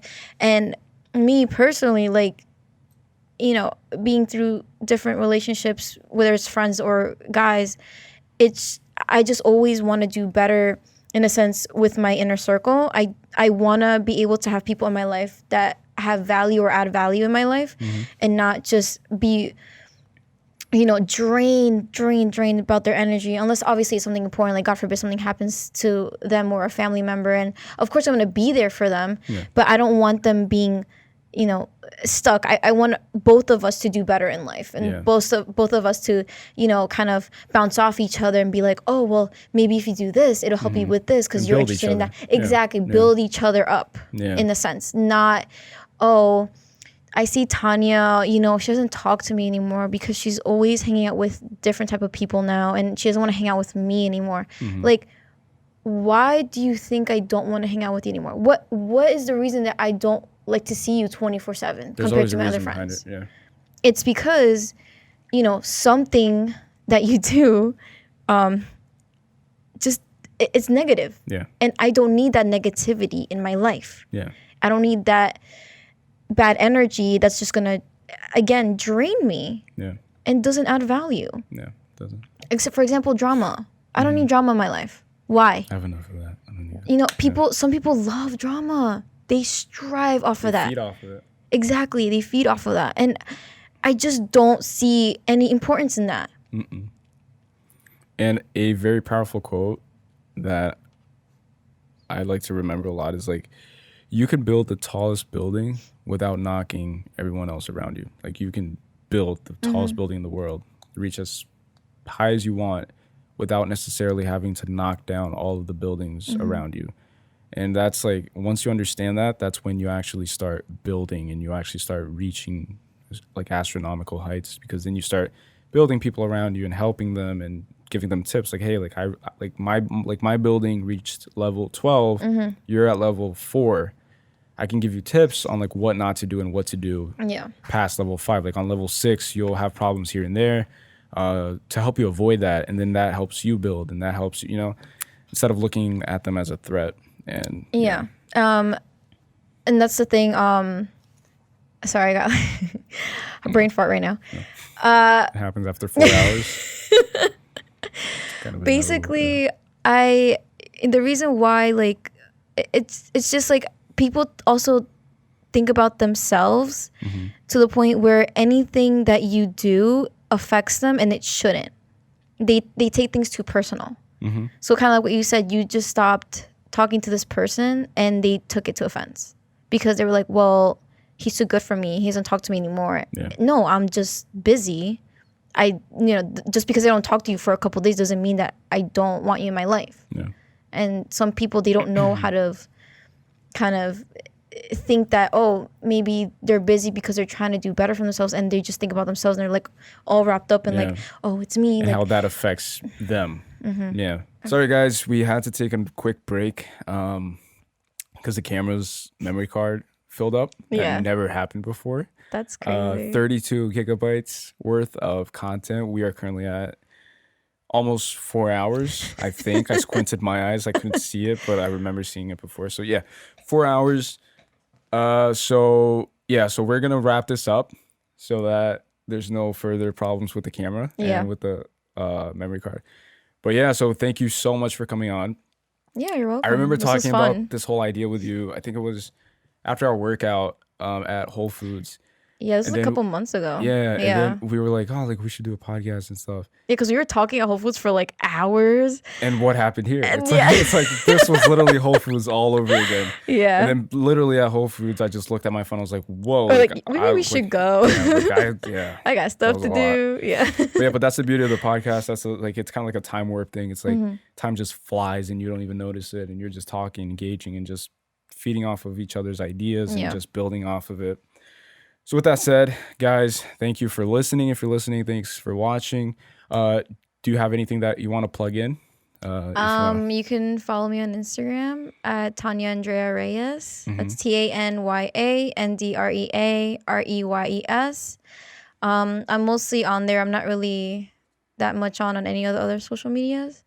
Also, you can follow me just for, just for fun. Creative content. I'm a cool person, I promise. I do fitness, but I'm not just fitness. I do other stuff too. And just you can always reach out to me if you have any questions as well. Don't be afraid. I get a lot of DMs of not only guys but girls too. Oh my God, surprising. Yeah.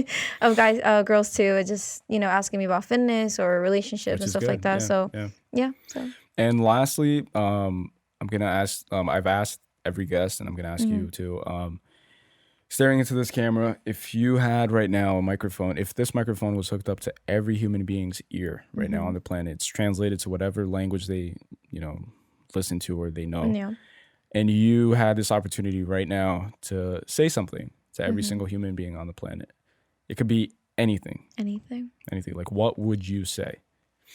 It could be a quote. It could be an original thought, request. It could be follow me on the gram. It could be whatever. I would say that even though life gets hard, we all get through it. So just because you have one bad day doesn't mean that's going to be the rest of your life. Like, just you're going to get through it. That's all it is. Always strive for better. Don't let anyone hold you back. And don't be afraid of whatever comes your way. Also, anything that happens in your life, whether it's bad or good, just learn from it. And hopefully it'll help you kind of become the person that you finally want to be. And always be happy with yourself. Or try to be happy with yourself, I should say. So, just, I don't know, just, I guess like more like life. That was good. Life Yeah. quotes, Yeah. I would say. Yeah. Yeah. And that's it. Yeah. And with that, we're ending the podcast. Thank you, everyone. Thank you, Tanya. We're out. This was fun. Bye. So-